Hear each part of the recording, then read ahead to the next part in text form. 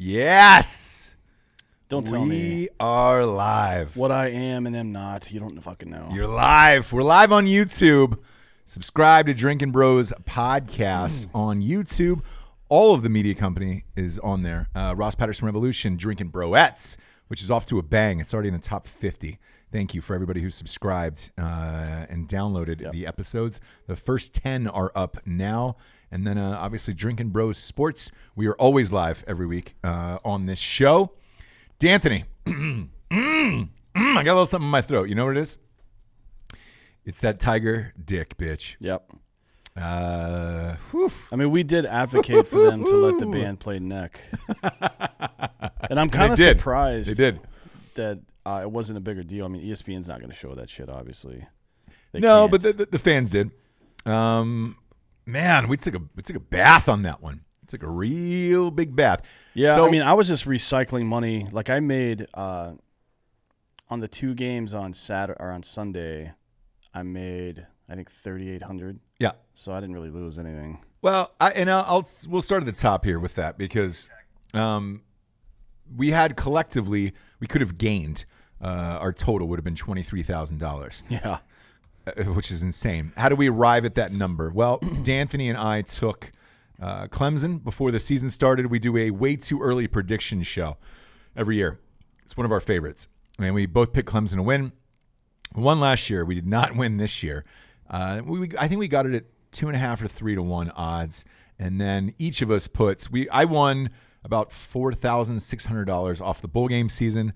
Finished 28-12 was the final total. Won about $4,600. I put $4,000 on that game last night. I think you put $4,500 on it last night. Yeah, I did, and I made $3,800 just Sunday. Yeah, not including the rest of the bowl games. I was 24-14, so you bet more than I did. You bet 2 more games than I didn't bet every game. Okay, but yeah, I made like another. I think total off of that. I think I made another $3,500. So I was actually up about $7,000 before I got into that. That's why I put so much money on Clemson. Yeah, and I think that's important to start with that, and I'll tell you why. Don't ever bet your rent. Don't ever bet your child's college or anything else on gambling. Well, unless you've got a shitty kid. I mean, who cares? Unless you can't afford to lose, don't do it. We do it for fun. We took all the money we won from the bowl games and threw it on this. And look, we gamble almost every single game. We don't bet individual NBA games. Somebody asked us if we'll bet XFL. No, we will not be doing that. Bullshit that is lighting your money on fire. We just don't know. Like the XFL doesn't have a big enough history, or like who knows what a team is going to look like. You can look at the sum of the parts, but I don't even know what the goddamn rules for the XFL are. It's maybe 5 years from now I'll start betting on it when it is a thing, but right now it's just like I'll watch. I'm for sure going to watch. Yeah. Well, the refs be in bikinis, like we have no idea. I won't bet on individual NHL games. I won't bet on individual baseball games for the same reason. We usually take series and things like that, but not the day-to-day stuff. Like it's too hard to predict, and anybody who says they cannot. They're liars. I'm decent at betting on baseball games.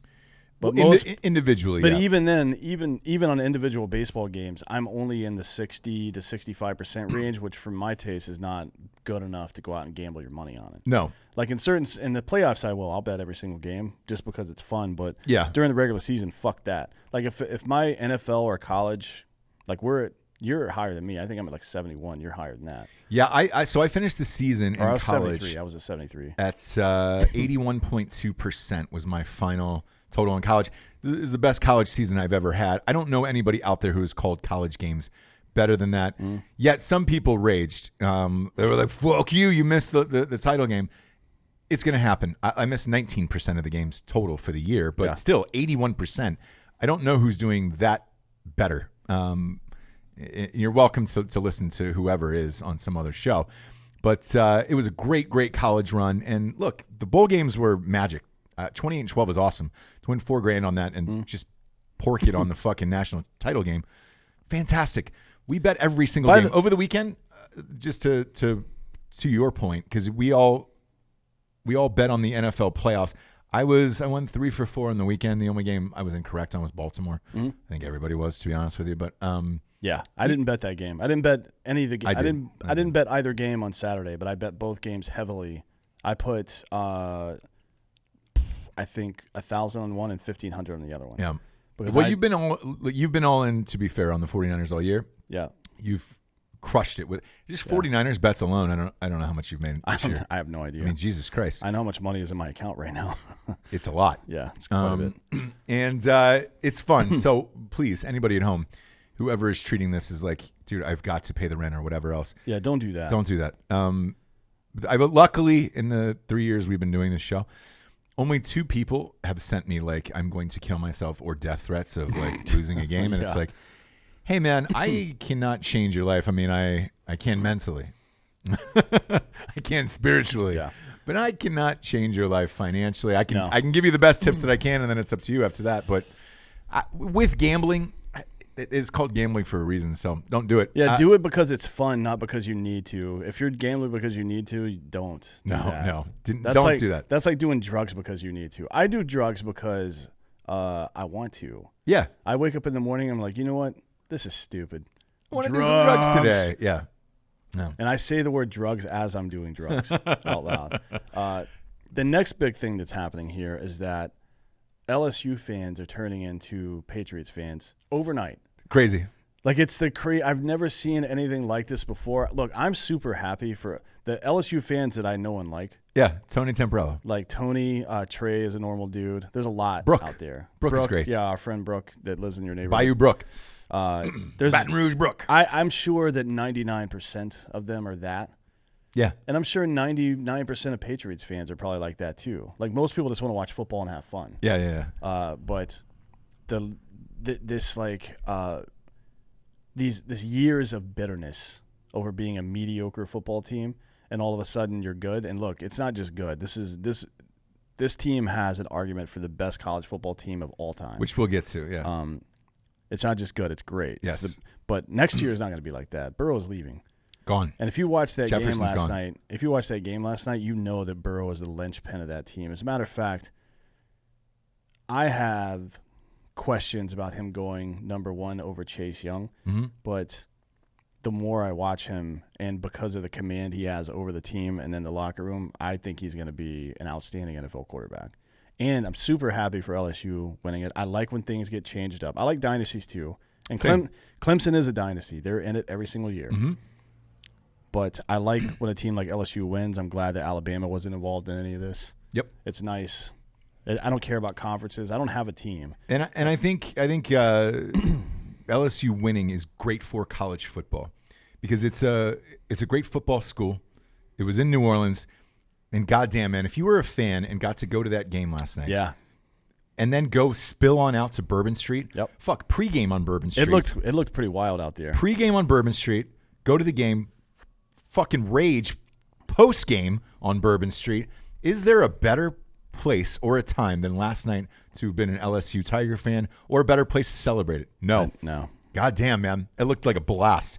And if that was my team, and if I got to go to that game, just be in the stadium, I didn't even care what seat. If you're in the fucking last row, just to be in there during that win, that's probably the greatest time of your life. And I don't know that things will get better. And I can say this is, I remember when Ohio State won their first national championship when I was there. Yeah. It was in the stadium.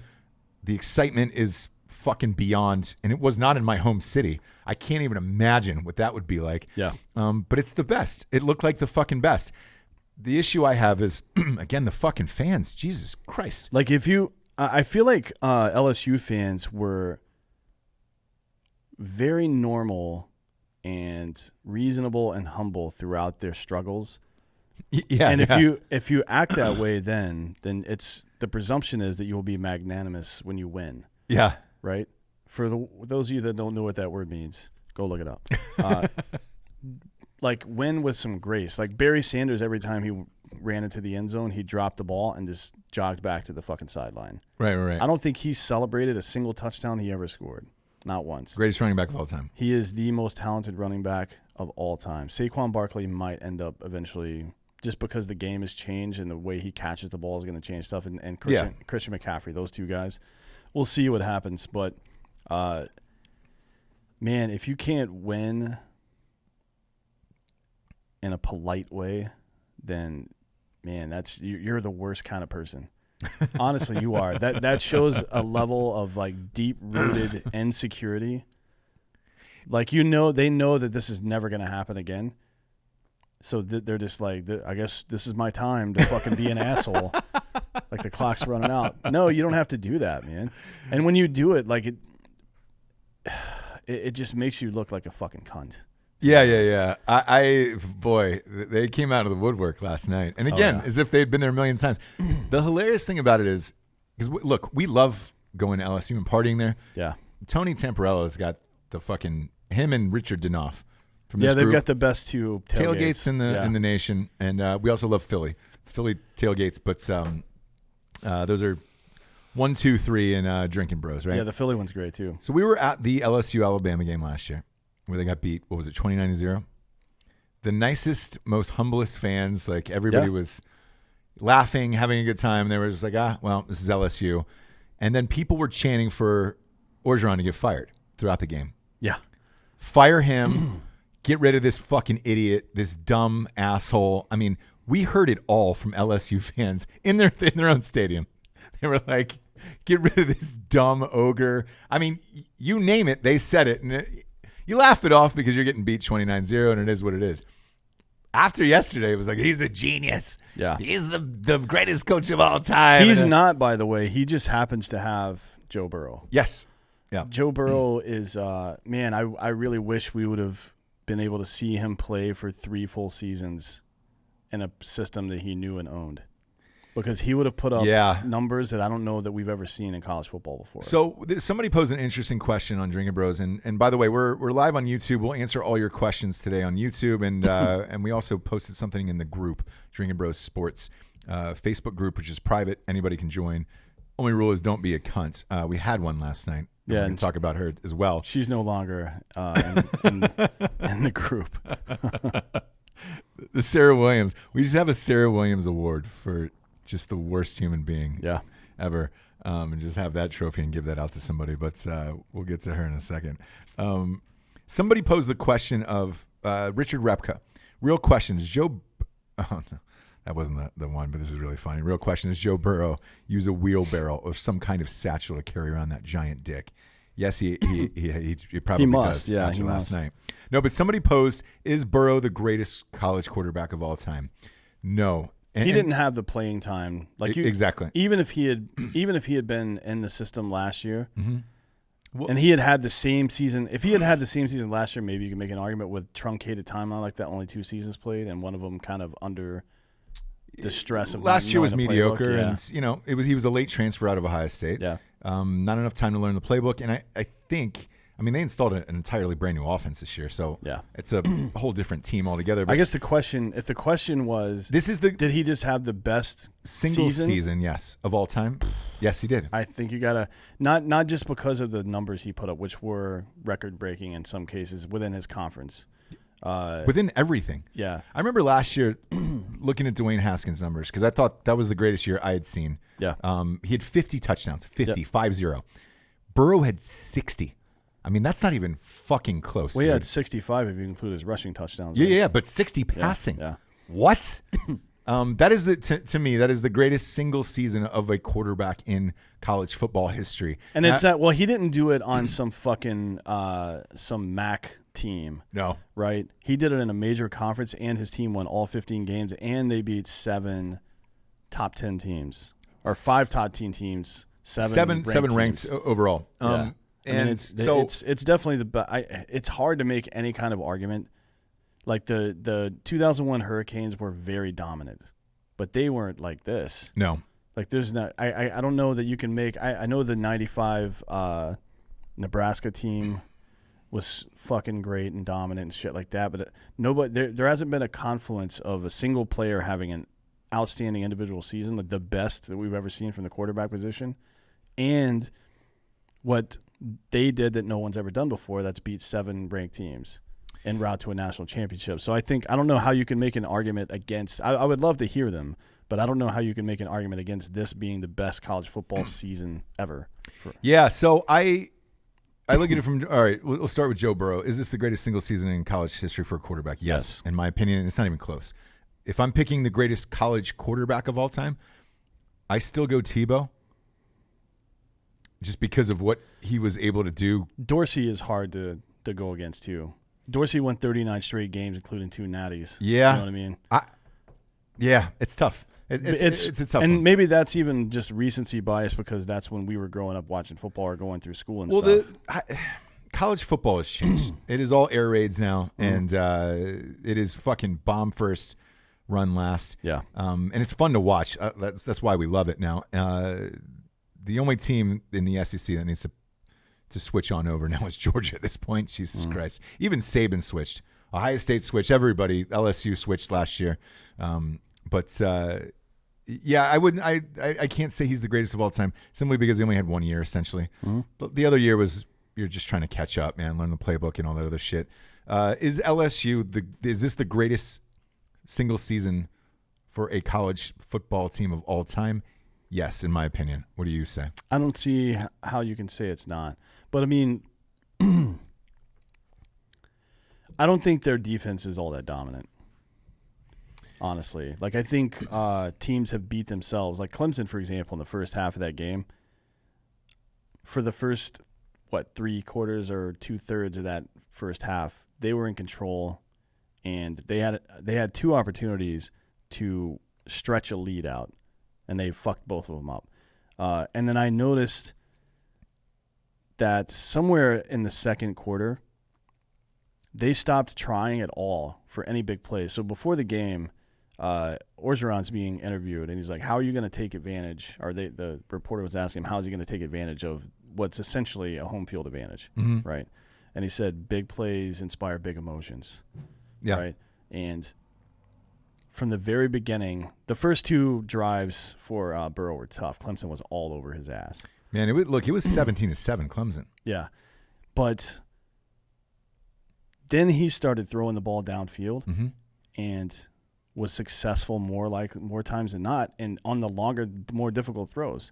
And Trevor Lawrence, the same thing. Like, he overthrew a lot of balls. Like, he overthrew 15 actually last night. So the final total was 16? 16. And that tied for the most in a single game this year in all of college football.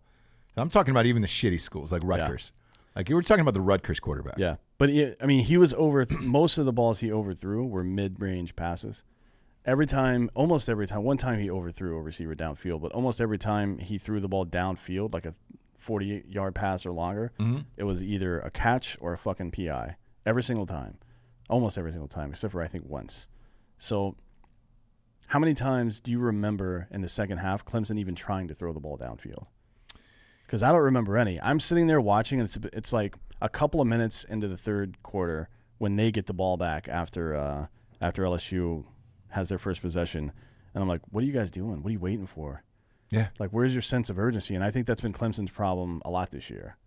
It was certainly their problem with Ohio State. They just come out of the gate lackadaisical. Yeah, this game they came out strong. Here's what I think happened in last night's game, to Clemson at least. Ohio State knocked the shit out of them. That was the first time that I heard a press conference the next day with Dabo Swinney saying, man, we've got to give our players rest because that was the hardest hitting game we've ever been a part of, and we're giving them an extra 2 days rest. Yeah. Lawrence in particular took the most shots that he's taken against any team thus far. Yeah. I think there was a little PTSD from him of those first few drives when Clemson scored. He was untouched. Once LSU started getting to him, that's when he started overthrowing people. Once he started getting hit, it snapped back in of like, oh, fuck, I don't like this. Yeah. All those throws sailed, and they were, like you said, they were short passes. Yeah. I mean, you also noticed that his release was too fast on those. Because he was nervous. Yeah. He was nervous about getting hit. There were 2 times where a guy was coming from his blind side. He could definitely feel the guy, but he couldn't gauge how close he was. Yeah. So he felt him. You can see his body tense, and then he makes a very, very good throw. But the receiver hasn't run his route yet, so it doesn't matter. He threw the ball exactly where it was supposed to go. The receiver was not there yet because he threw it half a second too early, and that shit matters. So that's something. I mean, look, he's still young. He's 20 years old. Oh yeah, he's still figuring shit out. He's still going to be the first pick in the draft. Like, if you look at the throws he's making, he has a very quick release, and his arm is a fucking rifle. Like Yeah. He'll be fine. He's generally pretty accurate, but I think you're right. They were in his head last night. Look, for sure. Because when you take that many hits against Ohio State, and he was uncomfortable, then once LSU started hitting him, it was the same thing, and he was like, oh, shit, and he was hurrying all those fucking passes. And I think that was a huge difference. I think for LSU, having the game tape of the Ohio State game really fucking helped, simply for the fact of that is the only ranked team that they played all year. Yeah. So if you're trying to comb through Clemson footage to get ready for this national championship game, you can't use any of their regular season games. In that Ohio State game, Clemson did not win one offensive statistical category. They looked at it and said, all right, great. Can we shut down the run game like Ohio State and Travis Etienne? Yes, they did. Etienne had fucking 78 yards last night. Yeah, but I can't remember a game that guy was under 100 except for the last 2 games. He had 78 yards on 15 carries. Yeah, well, because Lawrence took off 10 times. Yeah. And a lot of those were because there was pressure and he didn't have a choice but to run. Yeah. I would say 5 of those were probably designed runs. The other 5, he was just fighting for his life at that point. Yeah, I was disappointed to see them not run the ball more with Etienne, to be honest. He was getting shut down. And then when you're down, it's not. It doesn't matter. You still have to run the ball, and then you use play action and throw the ball deep downfield, and they didn't do that. I agree. I think the other big thing that I was not expecting whatsoever, and I said this on the last show, this Clyde Edwards-Helaire kid. He's a fucking beast. Well, here's the thing. He was on crutches on campus. Like 3 weeks ago? Yes, the week before the Oklahoma game. He had a hamstring injury. Everyone had said, he's fucking out, man. Yeah. And I was at the LSU-Oklahoma game. Mm-hmm. He came out for a couple plays very gingerly. Yeah. I think he ran the ball twice. And it was almost like a decoy and like, hey, he's fine. Mm-hmm. To me, it felt like the coach felt bad of like, dude, you helped us get all the way to the championship, and now I'm going to give you a couple plays here. I did not expect him to play at all. At all. And the reason why he's key, and I know Burrow threw for 463 and 5 touchdowns. Big Dick Joe, that was the hat he was wearing after the game last night. That's true. And they've got him smoking a cigar with a Big Dick Joe hat on, which is fucking hilarious. The reason why this is a big deal to me is when you have a high-powered offense like LSU and Joe Burrow and these receivers, you've got to at least run the ball so that at least it fucking confuses the defense of like, all right, they might run the ball. Helaire ended up with 16 carries for 110 yards last night. To me, that's the difference because you have to respect the run game. Yeah.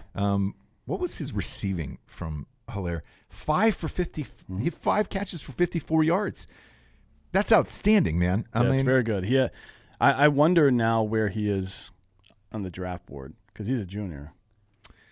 I don't know if he goes. I don't think he's declared yet. The shitty thing about playing a national championship this late is it's tomorrow. You have to declare tomorrow, the 15th. So I don't think his stock is ever going to get better than it is right now because next year he's going to be playing. What's going on here? We get a camera down. Run the wide now. Yeah, Daddy. Next year he's going to be playing without Joe Burrow, and that's going to be an entirely different situation for him. I would not. If I was him, there's no way I would come back and play without Joe Burrow. Me neither. I'd leave. Like, what would be the point? I'd leave. And looking at these running backs now, I'm drafting him over Etienne. For the NFL game? This is 2 games in a row now. He's not been able to run against good defenses. I mean, he ran for 78 yards, but yeah. I guess it depends on the type of team you have, what you're looking for in a running back. A lot of teams right now are looking for that, hey, man, that Christian McCaffrey. Derrick Henry bruiser. Well, let's face it. There's only a couple Derrick Henrys in this world. There might just be the one. Maybe. It's him and Jim Brown. And that's what it feels like. There's like one per generation. Exactly. So a lot of these people are looking for these Christian McCaffreys and Alvin Kamara's. To me, he fits that mold. I would draft him over Etienne, me personally, and then J.K. Dobbins, and then obviously you got Taylor out of Wisconsin. Those are my 3, and then Etienne is 4 for me. Yeah. But you're right. I think I would leave if I were him, if he can. Jamar Chase was fucking disgusting last night. 9 catches, 221 yards, 2 touchdowns. he had 134, I believe, in the first half. Justin Jefferson, again, another big game. 9 catches, 106 yards out of that guy. It felt like the magical season for them. You win it in New Orleans. You got Burrow there. You win the Heisman Trophy. First of all, a 1 seed in the playoffs is never. This is the first time ever in college football playoffs that a 1 seed's even won the championship. Yep. And I don't know how far back you have to date to find a Heisman Trophy winner that's won the national championship. Long time. I don't know. Yeah. Long time. I mean, Dorsey never won. I'm just thinking of guys who won multiple. I don't know. Yeah. It's been a while. It's been a long time. A lot of people asked me last night, hey, man, you destroyed college football picks this year. How did you get this one so wrong? This LSU victory over Clemson so wrong? I know why. I thought about it last night after the game was over, and because I sat there in awe, just like everybody else. It is hard to wrap your mind around this much offense. I've never seen it in my life. I have never seen a guy throw. Well, look, and he broke every record there was, so nobody else has either. But I've never seen a guy throw for 60 touchdowns. I've never seen 463 and 5 touchdowns last night. That was the quietest 463 I've ever seen in my life. Yeah, I mean, look, I had to physically look it up today and be like, it felt like maybe 300, but it was with ease because he was just dropping balls to people. Yeah, he got sacked 5 times too. Somebody in Drinkin Sports, Quentin Berry, asked, hey, man, now looking back on it, do you think that Oklahoma was that bad or Yes. Clemson or Georgia's defense was that bad? No, Georgia's defense wasn't that bad. They're okay. I just think. But Oklahoma's definitely that bad. I think this team was a video game. It is hard to because I've seen them twice in person. You were there for the first one. Yeah. At LSU, Texas. It was a 1-score game, but that did not feel like the most dominant team of all time to me. I felt like I was watching the number 1 team in the nation. Yeah. But I did not feel like that was the most dominant team of all time. And then as the season went on, they just kept getting better and better and better. And this was just fucking utter dominance. I mean, I think that, again, I think Clemson could have won that game. Like, I don't think it was so overmatched that they couldn't have won. I think Clemson's offensive coordinators lost the game for them because they couldn't – whatever they did to prepare Lawrence for that game wasn't enough. And they stopped calling plays down the field. But here's the thing: 16 overthrows. Look, it's tied for the most in a single game this year. That's a mental thing on Trevor Lawrence. Again, he got walloped in that Ohio State game. Once LSU started hitting him again, that's when he got real skittish, and all of these passes were sailing on people. And like you said, these were short fucking passes. Well, there was no. I could see if it was deep balls. Yeah. And then we'll just answer everything about this game in general. There was another thread last night that was trending of fucking wrong kid died, right? With Ohio State. Ohio State deserved to be there, and that would have been a funner game. And a lot of people asked what the outcome would have been, right? Here's my honest opinion. It would not have been any different. No. I would have had it at if Ohio State would have played LSU in the national championship game, I still have LSU winning, and I think it would have been 38-30. But I think it would have been one of those like, hey, man, we're down by 2 scores. We scored at the end to even get to 38-30. Yeah. And the reason being, I think Ohio State had the best defense in the entire nation this year. I think everybody would probably agree with that. Here's where I struggle with it, though, is you have Jeffrey Okudah, who was the only unanimous pick for All-American. He's the best defensive back I've ever seen. He's going to go, number 3 in the draft for Ohio State. So let's hypothetically say you put him on Chase and he shuts him down. You still have to contend with fucking Justin Jefferson and then Hilaire out of the backfield. Ohio State's been susceptible to that deep ball on the other side with Arnett and those guys. So I still think no matter who you're leaving open in this crew, you have the two best wide receivers. This is the best wide receivers on a team that I've seen in a long time. Alabama had good receivers, but Jesus Christ, these guys have been lights out. I was at that Oklahoma game. Justin Jefferson caught 4 touchdowns in the first half. Yeah.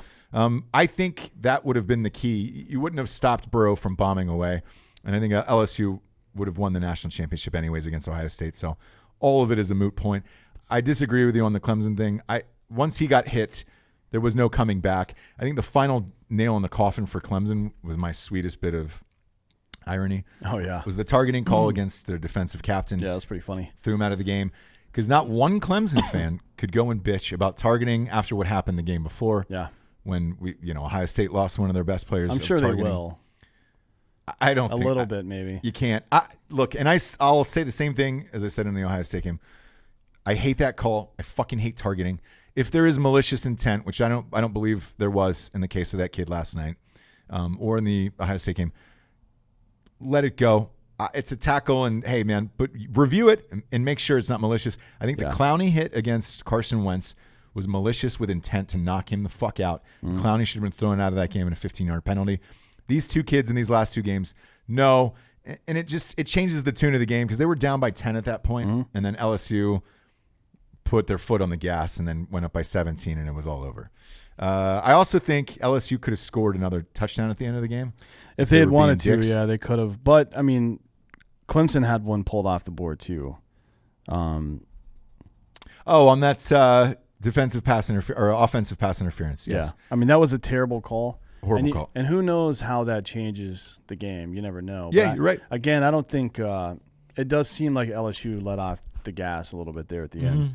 And it's not like defenses get better as the game goes on. No, they get worse. Yeah. So with a healthy Hilaire, shit, man. I don't think it mattered. It was pretty dominant all the way around. And again, this is good for college football. Yeah. I know we said this at the top, and I'll say it again. And here's why. At the beginning of the season, when we did the way too early college football prediction show, I said my only fear about this upcoming college football season was that you're top heavy in every conference and it's going to be the same fucking teams. It's exactly what it was, except for Alabama was swapped out with LSU. All the other choices were essentially correct. Oklahoma and Ohio State and all those guys. I talked about the urgency that LSU needed to play with. You had to win this year because all of the stars are with you. You will not win next year or the years after. I think that's Clemson's problem, though, today or yesterday. They did not, at any point during that game, play with any sense of urgency. Their play calling was not urgent. Like, nothing they did, really. And it seemed like maybe having been there before was not good for them at this point. They were like, oh, we've been here before. We'll just get it done. But that's not how it is. You still have to execute. You have to give 100% on every single play to beat a team like LSU. And you can't play 12 scrimmages. I think it helps LSU that they played so many ranked teams throughout the year. They have so much confidence. They were like, great, we've beaten every ranked team there is. What's another fucking ranked team? Who gives a shit? But next year, and the reason why I say this, LSU, you're losing Burrow. You're going to lose Jefferson, I think. I don't know what year Chase is. No, I think he's a sophomore. And you'll may or may not lose Hilaire. We'll find out. And then I don't know who this Miles Brennan kid is, but look, for any kid to step in and try to take over for Joe Burrow, good luck. Yeah, I mean, there's no look. He just had the best season. So if you're an LSU fan out there and you think this is going to be happening again, the norm, no. Like he literally had the best season ever, probably for a college quarterback, and the team itself had the best season ever. So it's all downhill from here. But it is, enjoy. I don't know how you beat 60 touchdowns. There's no fucking way. But enjoy it. I mean, I like LSU. I do too. I like Louisiana. I like that stadium. The atmosphere is great. Yeah. Obviously, so the women are great. Don't ruin it, guys. Don't be a fucking cunt for the next year and ruin it. But look, it's easy. And the reason why I said, again, to the urgency thing is it's not going to happen next year. Alabama is fully reloaded. You're unfortunately in a conference with the greatest college football coach of all time. Yeah. It pains me to say that because I hate Saban. Even last night, did you see Saban doing the pregame? Like, why was he even there?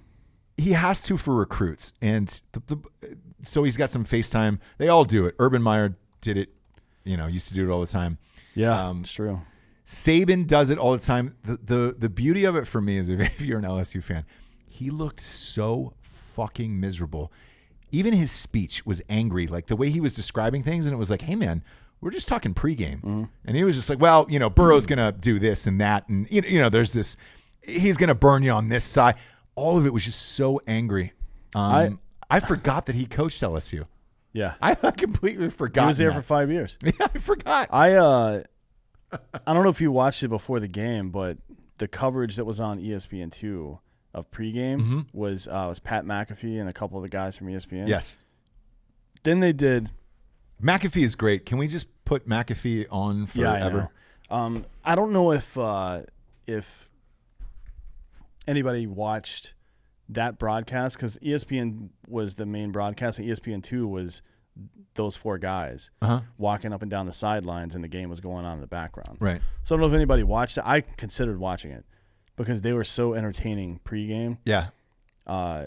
And also I didn't know that was an option, to be honest with you. It was on ESPN2, yeah. I would have like aside from having money on the game, I didn't give two shits who wins because I don't care about either. I just wanted to see a good game. See a good football game. And we did. We saw a great football game. Yeah. I mean, we saw a great team get in their own heads and severely underperform, and we saw a great team play a great game.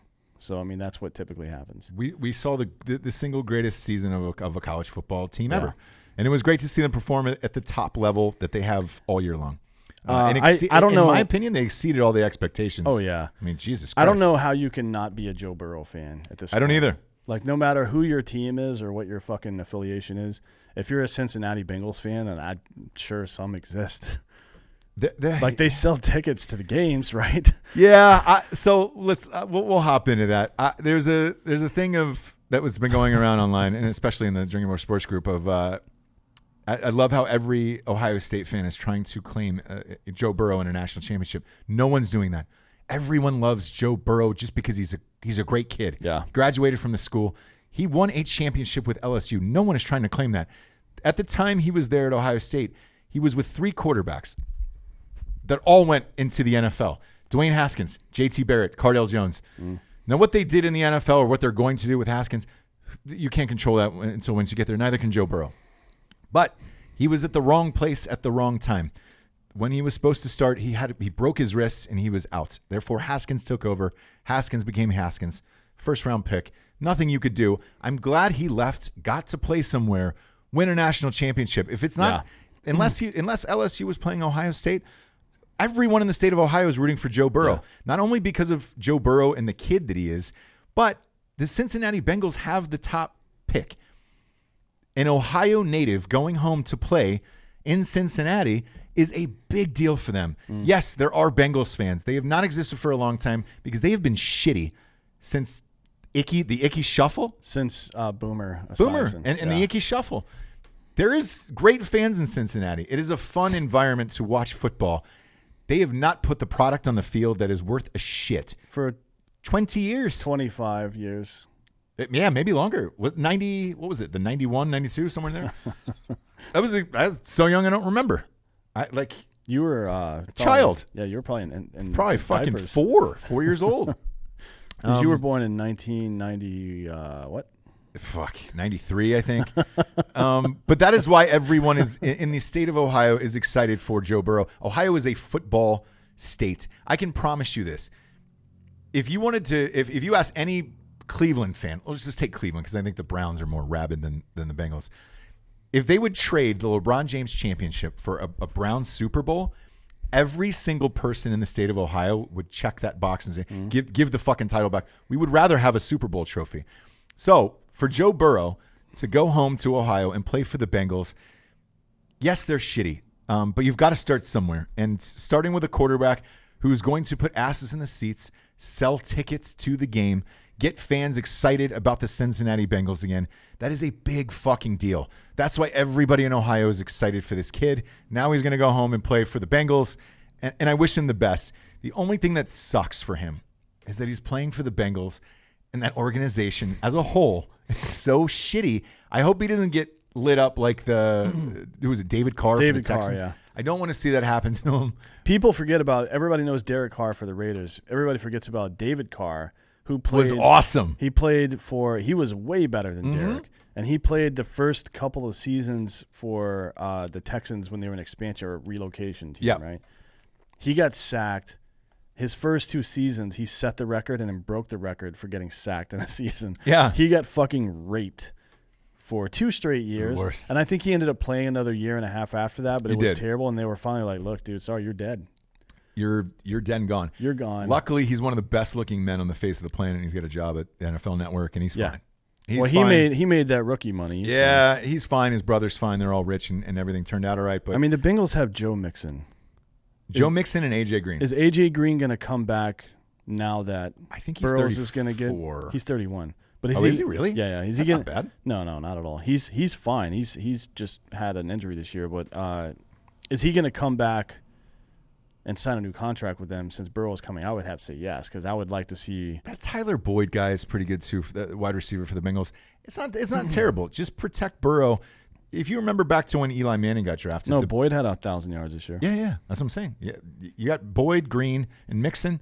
It's a decent start for an offense. They got to get an offensive line. I remember when Eli Manning got drafted, and you didn't want to go to San Diego.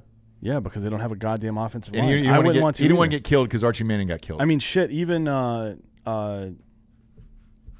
what's his name? Drew Brees. It's like, let me out of here. Yeah. Let me out of here. You can have Phil. Yeah. I need to go because I want to live. We're all good here. I want to survive. He went to a team that was that cared about offense. Imagine if the Chargers did with the talent they've had over the years. Oof. They've got a guy that's about to become a first ballot Hall of Famer. Yeah. They just retired. Crazy. That they never did shit with. Crazy. Poor Gates. But look, Burrow, everybody loves him. That's it. He's going to go play for the Bengals, and good on him. No one is claiming a fucking national championship. No one. He didn't play there. He didn't play at Ohio State. Yeah, he couldn't get playing time. I don't and when care he did, about he had a that. broken arm. So what the fuck? I don't care about any of that. All I care about is I feel bad for him because he's going To the Bengals. to the Bengals. I know. I mean, it sucks, but it is what it is. Nothing you can do. Chase Young got the fucking luck of the goddamn draw going to the Redskins with Ron Rivera there. Yep.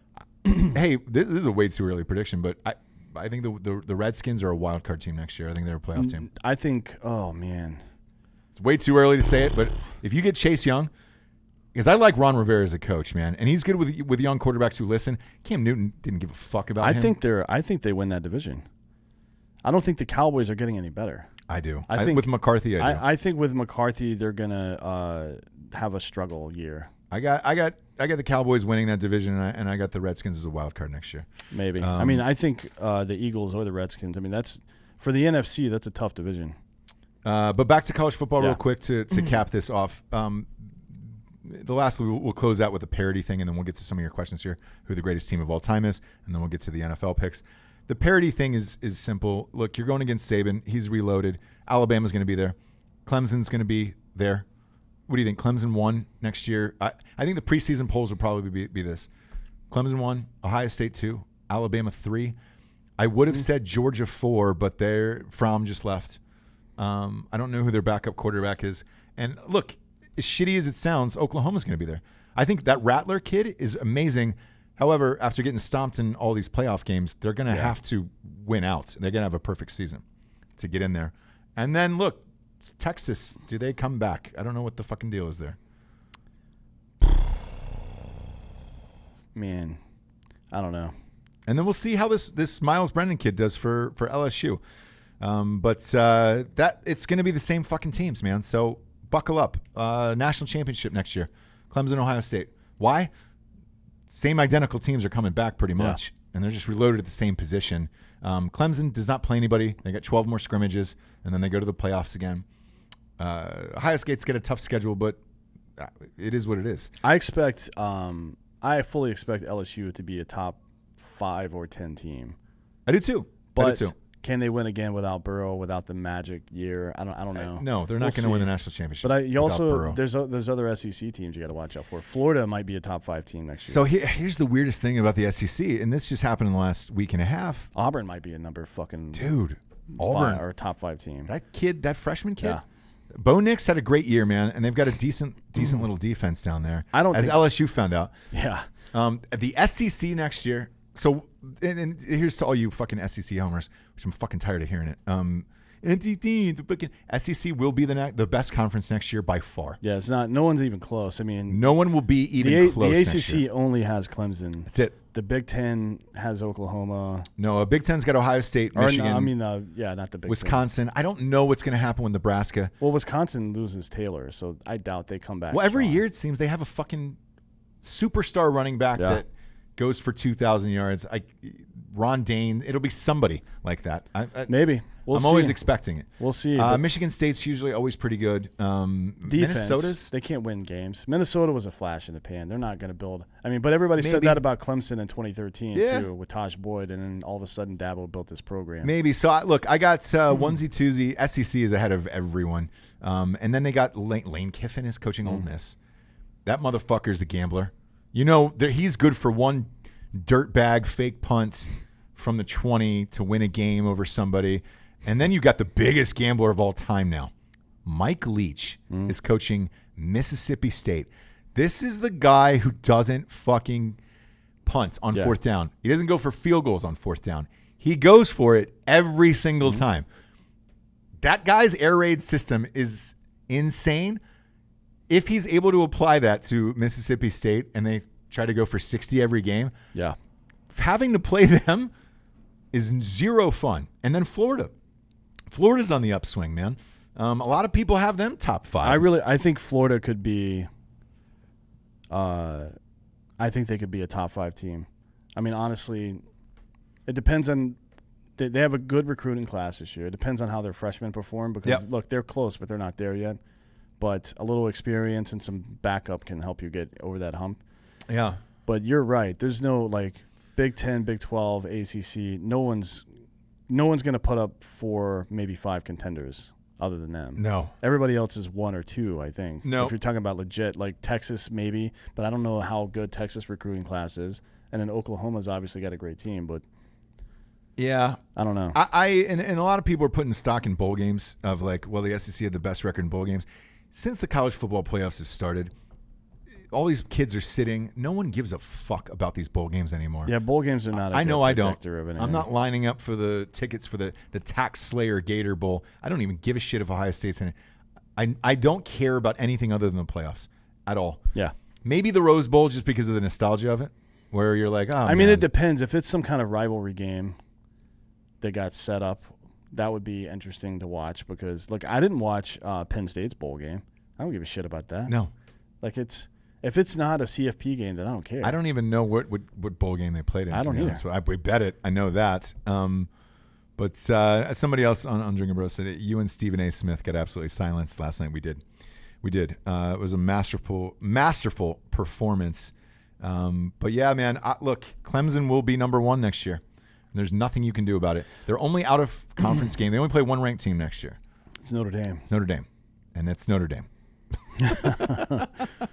Yeah, so they'll definitely be in the CFP. You can pencil them in already for the CFP. Ohio State starts off with, I think their second game's at Oregon. Mm-hmm. Luckily, that Herbert kid is gone. I don't know who their new quarterback is. And then they got the usual gauntlet of the Big Ten, but they'll be in it. And then, fuck, man. I think next year the SEC could have a good shot at 2 teams in the college football playoff. The SEC is fucking deadly next year. The ACC is not. No, it's the worst. Although Florida State could be better next year, but they're not better. But they're not going to be.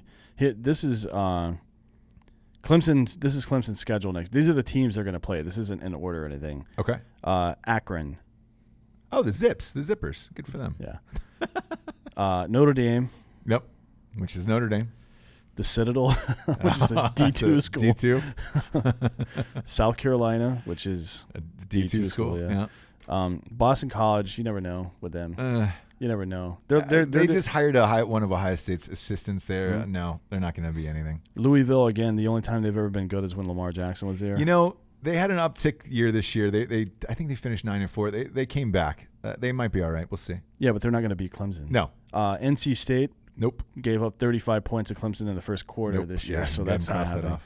Syracuse, they don't try at football anymore. Every now and again, they just find a win. Then Virginia, they're a tough team sometimes. Florida State, they're a tough team sometimes. Wake Forest and Georgia Tech, those are the other games. But keep in mind, though, this isn't counting. This isn't all of them this isn't those last 8. Those are all ACC games. There's not a whole lot you can do about that. The ACC just sucks. You can't make your conference better. No, and I don't know what you do, man, because so let's say you're LSU last night and you lost to Clemson. Yeah. Okay. LSU has they would have. Luckily, we didn't have to deal with that, but LSU would have every single right on the planet to bitch about playing a fucking team who plays 12 scrimmages and then wins 2 playoff games. I would have been angry as fuck. Because, look, there was only by the end of last night, LSU had won 7 ranked games. The only other person that was close was Ohio State had to play 6, but they were 5-1, right? Yeah. Or LSU was 7-0. Clemson played 2 ranked teams this year, both in the playoffs.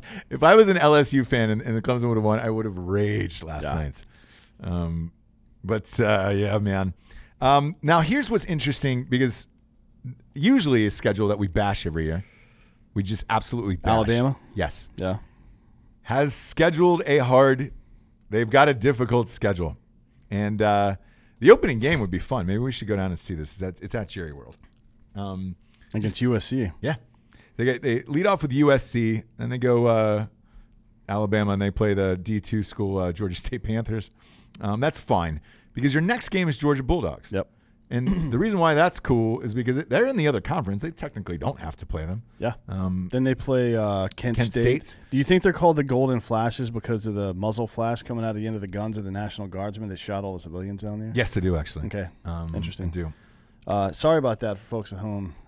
We're assholes. I don't know what to tell you. The next one they got at Ole Miss. That's Lane Kiffin. That could be a fun game. We don't know what that's going to look like yet. Kiffin fucked his daughter.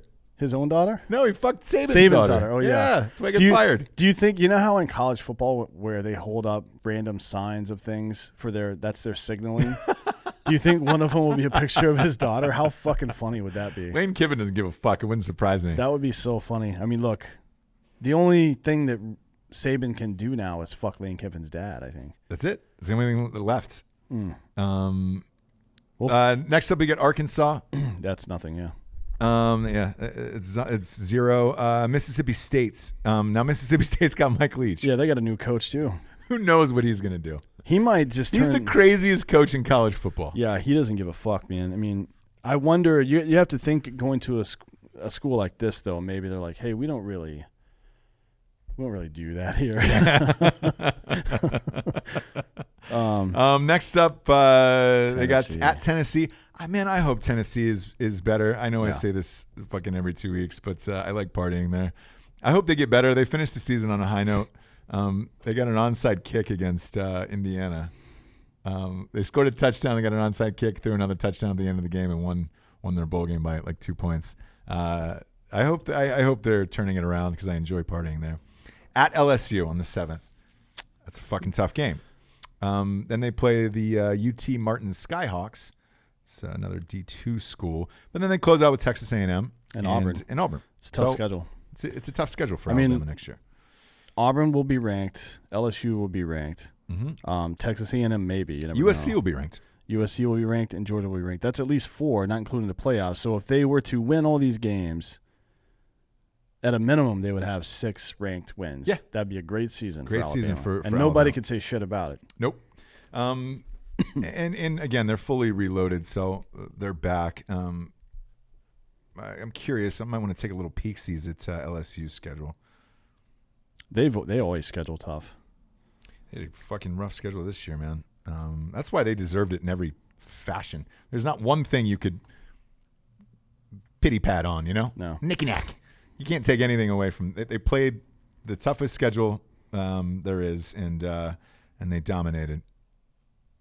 If you're Auburn, though, you got to look at that game and say, hey, man, I feel pretty positive about next year. Yeah. Who do they got? They got first up is UTSA. That's Texas San Antonio. That's nothing. It's a D2 school. Then they got the Texas Longhorns. They will probably be ranked. Yes, they will be ranked. Rice Owls. Yep. Every now and again they jump into the top 25. Every couple of years. Probably not this year. Ole Miss, who again, you never know with them. They could jump into the rankings. Kiffin. Yeah, who knows? Nichols. Yeah. Don't know. D2 school. Yeah, that's I know nothing. Nichols State probably. Florida Gators. Oof, again, that's going to game. be a ranked game. Arkansas, Mississippi State. That might be a ranked game by then. We'll see what Leach does. He just got there. And then they had a week off. Then they play Alabama. Yep. South Carolina, which is nothing. But then they close out with Auburn and Texas A&M, another 2 ranked teams. It looks like if things go the way I expect, that's another 5 ranked teams they're going to play next year. So if they won again next year, it would be another 7 wins against ranked teams. I don't know if you can do that 2 years in a row. It's a lot of pressure. It's tough, man, to get up. And again, you don't have Burrow, and you're probably not going to have Jefferson's gone. I think he's a top 15 pick. Jefferson? Yes. And then you're probably losing Hilaire as well, I would imagine. He hasn't declared yet. I mean, he's got to declare tomorrow, right? Yeah, and that's the problem is you can't declare before the national championship either. So you're going to see a fucking bevy of players here from this title game racing their press releases out in the next 2 days here. And then combing through Ohio State's here because, again, these are what we expect to be the top teams next year. Bowling Green, hey, look, they win their conference and then the championship game every year, but that's a fucking cakewalk. At Oregon, tough place to play. I don't believe I've ever played there. I'd love to go to that game, actually. I've never – In Oregon? I have never been there. Have you? To a game in Eugene? Yeah. No. God, I've been to the stadium. I haven't been to a game. I'd love to retrace all of Prefontaine's steps there. Here's what I would love to do. Let's go out there and just live on the street for a while. Oh, you can take a shit there, right? I don't know about Oregon, but seems like it. I mean, you can be homeless. Who's going to stop us? By the way, I just want to remind everybody, we're down to 4 teams in the NFL. I know we haven't gotten there yet. We will. But if San Francisco wins the Super Bowl, Ross has to take a shit in the street. With the helmet on. With the helmet on. So, I mean, if you're not rooting for San Francisco 49ers, I don't give a shit who your goddamn team is. What are you thinking? This is it's better than the perm. It's better. Like, it's better than trying to shit talk him on Facebook. Who cares about that? You can ruin his life. Like, forever, there's going to be video of him taking a shit in the streets. In the streets of San Francisco with a 49ers helmet on. Everybody needs to become a 49ers fan. 49ers fan now. Buffalo Bills. Look, Buffalo was my fucking team all year, man, and they won their bowl game. What are we doing? Why are we scheduling those teams? Rutgers. Fucking Rutgers. Thank Christ. Get them out of the Big Ten. They don't deserve to be. That's a D2 school, in my opinion. Yeah. Get them out of there. Put them in D2 for a little bit. Let them build a fan base and all that other shit. Off week, Iowa. Iowa's at home. Craig Dulesky. That might be the Craig Dulesky game. You know, it's Iowa at Ohio State. Yeah, that'll be fun. At Michigan State. At Penn State. Fuck, man, I hate playing at Penn State. Do you want to go to that game next year? Which one? At Penn State. We do every year because you went to Penn State. And when I went is to it? Ohio State. It's the 24th, October 24th.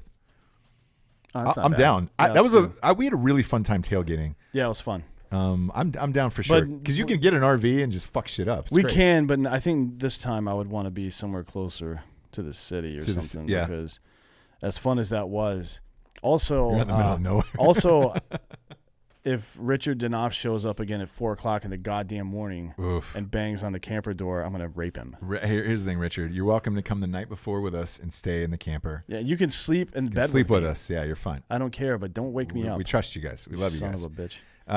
Then Nebraska. I don't know what Nebraska's going to be. I don't know. I say that every year. I don't know. I don't know what Scott Frost is going to be. There is no other options for you. Same with Harbaugh. Well, he signed a 75-year extension. So yeah. Good luck. Good luck.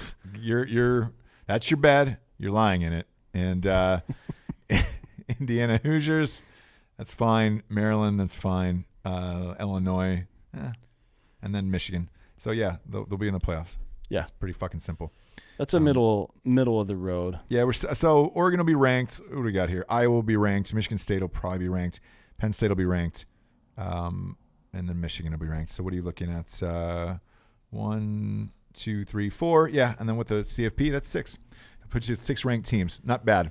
No. But I can tell you this. No one wants to go through the gauntlet of the SEC next year. I will, for all you SEC fucks, I am already declaring you guys the best conference next year. Well, I mean, luckily, you can all have fun with that. Luckily, they're gonna fucking tear each other up all year. So it's like the matter. Democratic Party. And it's like this might be the year where a 2-loss team makes it into the fucking CFP. And it could be a 2-loss SEC team. It would only be a 2-loss SEC. That's if there's ever an argument for a 2-loss team in in the same conference, it's probably the SEC next year. So I agree with that. Here's what I don't understand why we can't add one more week and add one more round of CFP. Like the game would just have been next weekend instead of this week. It would be the third week of January. There's still 2 weeks left of the Super Bowl. It also would be on the weekend where there are no NFL playoff games. It would be the Pro Bowl weekend. Who gives a fuck about that? There's no competition for ratings. I think they should add a third round. So I'm not an advocate of it, and I'll tell you why. I thought this year there was only 3 good teams. There was no reason to put Oklahoma in. For sure, but it's not about that. Like sometimes, and if anything will tell us this, it's the NCAA fucking tournament, the March Madness tournament. Yeah. A bad team can beat a great team or a good team can beat a great team on a good day for them. That can happen in any sport. It happens in baseball, football, all the time. Yeah. And just allowing for that possibility, there's more games, which I like because I can bet on more games. And 2, it gets more teams involved, which gets more people involved. Like it's terrible marketing to not do that. It doesn't matter if the first round games are all blowouts. Who gives a shit? No, I to me it's a little too much. I'm fine with 4, me personally, but there's been other years where the argument can be made of like, hey man, that extra team should have gotten in. 1 year Georgia, 1 year Ohio State, 1 year was it Washington or somebody like yes. So maybe it's just not this year. I guess I'm jaded by this year because it was literally only 3 good teams this year. Yeah, but sometimes great teams. There have been plenty of cases where only 3 teams were good, like this year. But that doesn't really affect anybody. But when there's 5 or 6 teams that are good, that affects 2 teams. And that's happened I would say 3 out of the last 4 years. There's been 5 or 6 teams where you're like, man, those guys are really fucking good. So yes, catch me on another year. Not this year, but maybe. And then before we get to the sponsors, we're going to what do we call this? What do we call the worst fan of all time? The Sarah Williams. The Sarah Williams Award. Yeah, we're making something called the Sarah Williams Award because this woman is such an insufferable cunt. Their only rule to join Drinkin Bros Facebook sports page is a private group. It's just one rule. It just says at the top, don't be a cunt. That is the same for everything across Drinkin Bros. There's 10, 15,000 people across Drinkin Bros. Yeah. There's another 6,000 in Drinkin Bros. Sports is private for a reason because everybody's usually pretty cool. I don't even mind the shit talking from LSU to be real. Like, no matter who we pick, the other team's fan base will tell us to fuck off, and that's just the way it is. Yep. Even Brooke hit me up, Bayou Brooke, and was just like, you should see all the shit that they're talking in the DB Louisiana Facebook page. I'm sure they are, and I'm sure if I picked Clemson, it would be vice versa and everything else, and I don't care. The only guy that pissed me off this year was Ryan Rhodes because every single fucking post I had, that motherfucker put a thing in there. Like, dude, if I was talking about the Buffalo Bills, man, I love Bills Mafia, I'd love to crash through a table. He would pipe in with some shitty comment, it makes the strongest table, LSU. And I'm like, Jesus Christ, man. Just let me put up one post and you not fucking comment about LSU on it. The entire year. By the way, this wasn't just recently, the entire year. Then we get to Sarah Williams. Everybody was talking shit last night, which is fine. This fucking girl, which I'm assuming, I hope, as I've never seen a woman talk like this. The only time I saw it was maybe 2 years ago. There was another girl who got kicked out of Drinkin Bros Sports because her boyfriend or husband was a fan of the team, and like it appeared as if he had taken over her feed or whatever. This fucking girl goes ballistic, right? You talk shit all year. You guys have a fucking sports show and you fucking suck and all this shit, which is fine. We went 81.2% on the year in college picks. I don't know how you get better than that. Yes, you're going to be wrong 19% of the time. That's fine, Sarah. You can listen to another show. It was not good enough for Sarah, though. No. She continued with fucking 9, 12 posts. Yeah, she was really into it. And you know what? That made me do a little, I am a studious man. So I did a little research on Miss Williams, and it turns out on February 5th, 2017, a day that you might remember because it was the day after the worst day in your life. She posts this on her Facebook page. Enjoy your perm, Ross Patterson. This is 3 years ago. Okay. 3 years ago. She posted that on my page. The day after the Patriots came back and beat the Falcons. Oh, my God. She said, "Enjoy your perm, Ross Patterson." So she's been openly shit talking you for years. And I don't even know. So I don't think so it's many people. I don't think it's some dude or her husband or boyfriend or whomever that She just took over fucking her hates account. me personally. She doesn't like you, and that's I great. understand that feeling. 'Cause I don't like you either, but it's a bit much. It's a bit much, but you know what? You're gonna live forever now, Sarah Williams, because every year we have We're gonna have a trophy made for the worst fan ever, and it'll live up here. There's one asshole per year. Yes, that we have to block from Drinkin' Bro Sports. Yeah. Because they just want to shut the fuck up. Yeah, I every year there was Stephen Edwards was one of them. Yeah. Like he would be on that. We should name them down. Yeah. Stephen Edwards was one. He was a Michigan fan. There was somebody that was him last year, right? Yeah, he got blocked, and it was one of those things where everything was go blue, and blue is fucking awesome and all that shit. We don't care that you support your team. We don't care that you're excited about your team. However, we care if you put it on every single post that people. If it becomes spam or you're being a cunt to people, then you got to go. Man. And Michigan has been terrible for years now. Yeah. It's not even they're not even a title contender. So this girl goes on this tirade on the 12th message because I'm dying laughing at my house last night, dying laughing, and another parent from the neighborhood had stopped over to watch the game, and I go, he's like, "What are you laughing at?" I was like, "Man, some girl's just going nuclear right now." The last post, because you could tell she's getting more and more fucked up throughout the night. You're talking about Sarah? Yes, Sarah. Oh yeah, she was getting loose. The last post that I saw, at least, because I went to bed right after that game, was "Fuck you." Yeah. Go back to the new guy. The movie, The New Guy, like I guess get in a time machine and go back to the new guy. You shouldn't be telling anyone what to bet on the national championship or LSU, and fuck you. How does it feel to be so goddamn shitty at your job? I was like, bro, I laughed, turned off the phone, and then I found out she was blocked this morning. Now here's the beauty of it. I woke up and on Facebook, I don't know why people do this, as if I would have my number open. Yeah. She tried to call me through Facebook at 1:40 in the morning last night. Now, granted, I don't have that. I don't even know if Facebook has my real number, for Christ's sakes. Nothing's going to pop up from Facebook. Right. But she tried, and it shows that she physically tried to make a call at 1:40 last night. This is a person I don't know. I don't know at all. I've never met this person. Yeah. Well, she's known you for at least 3 years because she was talking shit back then about football. So, starting this year, now that the college football season is over, we will have the Sarah Williams Award of the worst fan in Drinkin' Bros, and then we'll start getting those engraved. We have the Brosman, which is the Drinkin' Bro of the year. Now we'll have the worst fan award for Drinkin' Bro Sports. That is now called the Sarah Williams Award. What do you want to make the trophy? A fucking toilet, or just a garbage can, and then a human next to it. Or inside of it. Vomiting inside of a garbage can. I was just like, hey, man, just got to tuck the rest of your body in there. With a little dialogue bubble with just a string of profanity in it. Mm-hmm. Something like that. That's what I'd like to have. And here's what we'll do. We'll buy, for whomever the reigning champion is, for lack of a better phrase, we'll buy their team's jersey and put it on the thing. We'll buy a little mini version of the jersey. Yeah. And put it on the trophy. So everybody will know that LSU trophy that's going to be up there in a couple of weeks after we get it purchased and created and all this stuff, that's Sarah Williams. The Sarah Williams Award. And it'll be her forever. Forever. And that's what it's going to be. So congratulations to the worst fan of the year. For being Stephen Edwards will be on there. Piece of shit. Ethan Ward got close a couple years ago with UGA.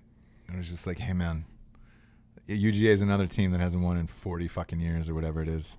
Yeah, it's like I don't know, man. And I love Ethan Ward. He's one of our admins. Yeah, he's cool. It's like if you're a homeless person that's hungry and somebody fucking finally comes and gets you food and you're like, yeah, you're goddamn right, I got food. Like, what the fuck? You've been eating garbage for the last 15 fucking years off the street, fuckface, and all of a sudden Congrats. I mean, we wanted you to have the entire college football community wanted LSU to win. Yeah. Right? Or not LSU necessarily, but they love Burrows, they love Coach O. Nobody dislikes these people. Nobody, and LSU fans in general don't have a bad reputation till now.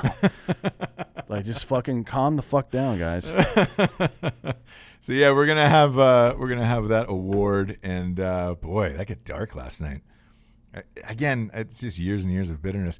And the weird thing is like LSU, they won a couple titles in the last like 20 years. Mm-hmm. Was it Saban was one of them, right? Saban was one, and didn't they have like a shared title or something? I think so.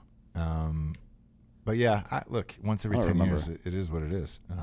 They won in 2003 and 2007. I think 3 was Saban, right? Saban, yeah. Again, greatest college football coach there is. For now, yeah. For now. Which is funny because before the show, or before the game, some of the commentators were talking about, if Clemson wins tonight, does Dabo overtake Saban for the best coach ever? Like, no, dude. He's done this for 6-7 years. Mm-hmm. Saban's done it for infinity years. Yeah, yeah. Like, he's just relaxed. Yeah, I have a 20-year career, and then we'll look back on it.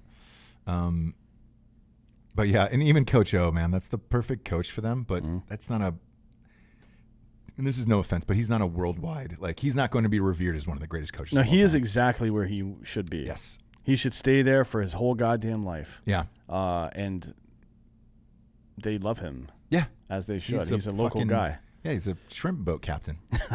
Like it's great for that program, but in no way is he go down as, the greatest coach of all time. Yeah. And it's okay to say that about your coaches, by the way.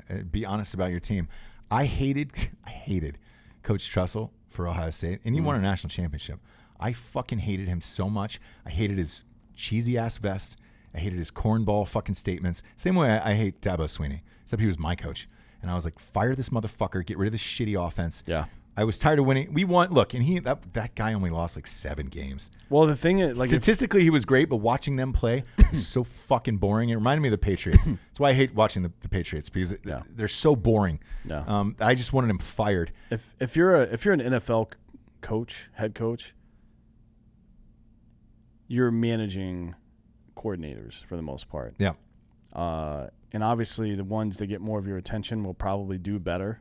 So if you're a defensive-minded guy like Ron Rivera, your defensive coordinator is probably going to be a guy that you went out and paid a little bit more money for, and that you give more attention to, and your defense is probably going to be better than your offense, at least if the talent is commensurate. In college, you personally have to stay on the trends. If college football is changing, then you have to change with it or you die. Nick Saban did that. Yes. Nick Saban was one of the few huge coaches that I wouldn't say he was an early adopter, but he was a pretty quick adopter of this new air raid style offense. Yep. And the proof is in the pudding, so to speak. And LSU too. He wins games. They were until this year. They installed a new offense. I mean, LSU just did it this year. And you see the results. The results are crazy. Amazing.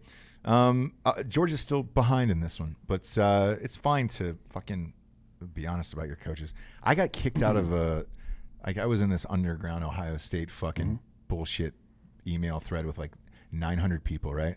And you got like insider info and all that other bullshit. Yeah.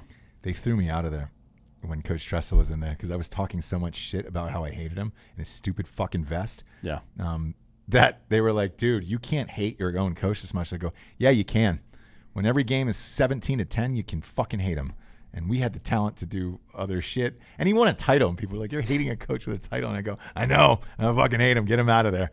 They threw me out of that fucking group. Fuck him.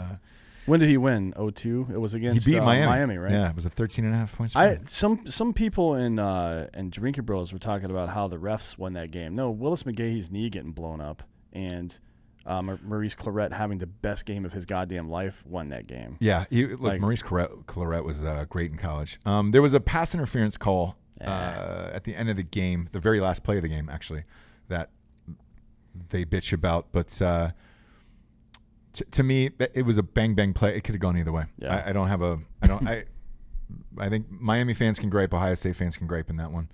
But I don't. You flip a coin. Who knows? Let's get to the sponsors, shall we? First and foremost, GhostBed.com/Drinkin Bros. You know who I bet doesn't have one of these? Sarah Williams. Who? Sarah Williams. I bet she. Oh no, she probably doesn't buy any of our stuff.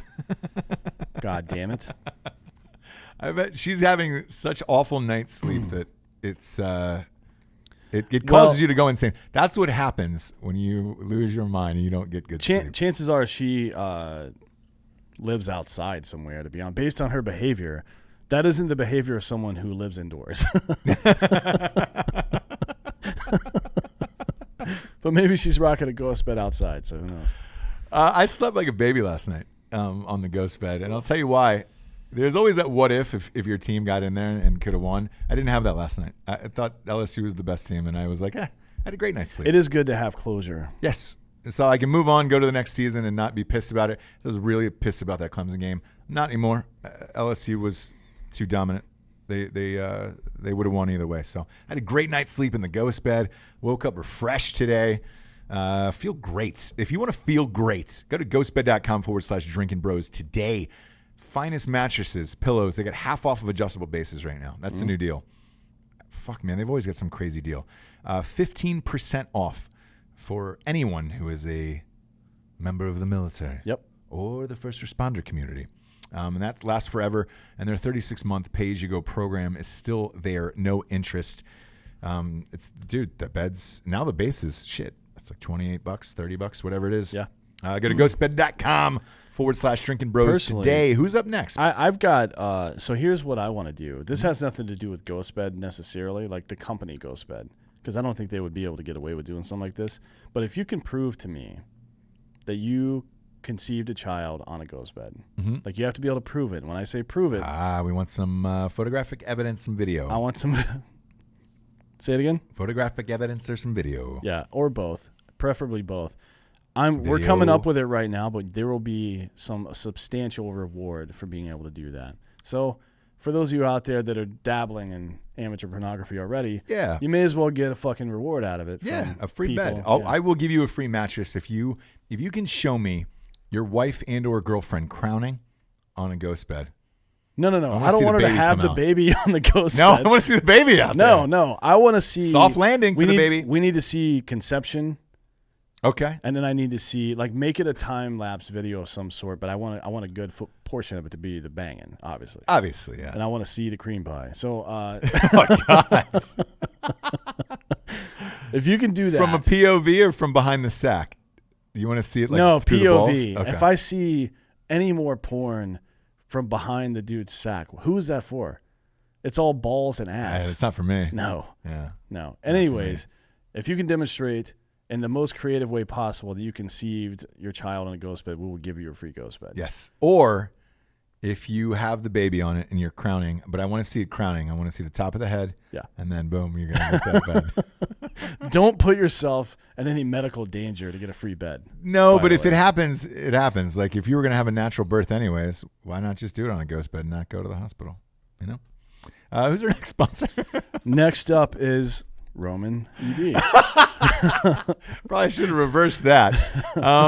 Look, if you wanna send in a picture of yourself on Roman, having sex with a lady. If you can incorporate Roman, we can't give you free Roman because it's a prescription drug. We're not allowed to do that. But we'll add to it if you can prove that you were using Roman during the conception. Yeah. Just show me the Roman helmet. Go to getroman.com/Drinkin Bros today. That's getroman.com/Drinkin Bros today. Put that dick out there. These are boner pills, dude. They have a lot of stuff. They do, but we're promoting the boner pills. Yeah. Here's the deal. The main barrier for dudes going to get the situation taken care of is that they don't want to go to a doctor. That's one of them. And nobody does. Who has time for that shit anymore? No one. Like the only reason I think there's this there's a stereotype that dudes don't like going to doctors because they're just like, oh, I'm tough, I can handle it. No, it's because I don't want to fucking go, man. No. I have shit to do and I fucking hate doing it. I don't want to sit there for an hour and a half in the waiting room. It's fucking all that nonsense. Bullshit. Yeah. And especially you guys that have to deal with the VA and shit like that. That's your primary healthcare provider. Fuck that. So nonsense. Nobody wants to do that. Nobody wants to sit there and have embarrassing in-person conversations with folks like that. Not that I care. I just whip my dick out and be like, hey, dick's fucked up. Yeah. Hey, man. You fixed my dick? My dog broke. But you can avoid all this shit. Basically, you talk to a doctor in a chat room on a website. Free. For free. 5 questions, boom. You get the boner pills sent in the mail. Discreet packaging. Yep. No one knows they're coming. Not your wife, not your mistress. No one, dude. I mean, they're or your gay lover. They'll know that they've arrived, but they'll never know that they were en route.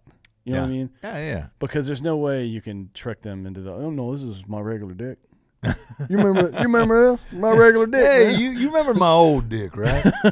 This is my old dick. No, your dick's gonna look like it's like a garbage bag too full of water. One of those Trojan horses just coming right at you. Just boom. pushing through, yeah. Yeah. Go to GetRoman.com/drinkingbros today. Free shipping, free doctor visits. And the pills are fucking awesome, man. Even if you're just looking to party and have a big dick. They're great. Highly recommend them. What's up next? Killcliff. KillcliffCBD.com. My fave. I had one of these at the game last night. I have one every night. KillcliffCBD.com. Promo code DrinkinBros. 20% off an entire case. They ship it to your fucking house. And I actually just got 2 cases in today. Yes. Did you get the grape? No, dude. Stop trying to fucking proselytize me with the grape. I like it, but I prefer the orange. And the mango. I got 1 orange and 1 mango, I think. Mine's the grape. Grape is my favorite. That's Everybody doesn't have to be like you or do the things They that you should. do. No. They should. Go back to the fucking new guy.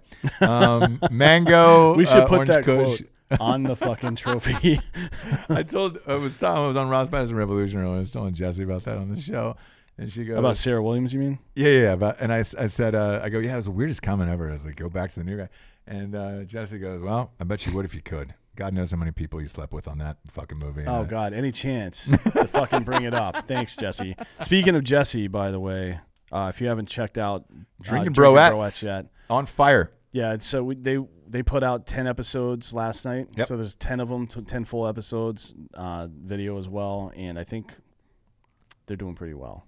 Crushing it. Last I checked, they were like number 50 in the world. Yeah. It's their debut, 10 episodes. Get Drinkin' Broettes, subscribe, rate it on iTunes, all of it. First 10 are up everywhere, Spotify, iTunes, and they're on our media company page for Drinkin' Bros podcast. You just go there. All the videos are live as we speak, and they might be having KillcliffCBD.com on there. Again, with the KillcliffCBD.com on there, promo code is Drinkin' Bros, 20% off. Knocks the case down to like $3.99 a can. And it's got 25 milligrams of CBD. It's completely safe.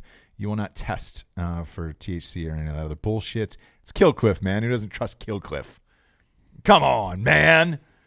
Is that it, Anthony? They're the best, yeah. Great. It looks like they've got about 70,000 downloads already. Today? We're just halfway through the release. Like halfway through one day. Halfway through the fucking we usually day. measure these in 30-day increments, so you guys are killing it out there. We appreciate you guys listening to the new shows. Really, really appreciate it. You know, and remember, not all shows are the same. Like this is a different kind of show. So it's for chicks, dude. If you want to learn about women and what women think, that's great too. Go into Dudes it with an fine. open mind. They're fucking hilarious. And if there's a special lady in your life who maybe Drinkin' Bros is a little too much for, maybe Broettes is more her speed. So it is, yeah. It is for sure. And it's not like two fucking normal girls who are talking about fucking real shit. And they're awesome. It's really fucking funny. I'm super proud of her. All right. So before we get into the NFL picks, we're going to get into your questions here for the greatest team of all time. I posted a thing in Drinkin' Bros Sports on Facebook, and I said, look, tell me your teams, and I'll ask D'Anthony, and we'll get into it here. First one, Bama 2009. Jordan Wenzel. No. Nope. That team was boring as shit. And they did not have the type of offense that could keep up with LSU. No, not even close. That's just fucking crazy to me. Those Bama teams were so goddamn boring. Yeah, that was before Saban decided to start playing modern football. Yeah. But it still works, so you can't remember really blame them that bullshit year that Bama played LSU for the national championship, and LSU had already beat them in the regular season, and they were like, oh, let's play for the title, because Ohio State went undefeated. That was the tattoo gate, and they suspended him for the year because Terrell Pryor traded a game-used pair of pants for a tattoo. So that warranted a complete suspension for him and the team for a year. So they had to put him back in for a rematch, I guess. Yeah. That was shitty.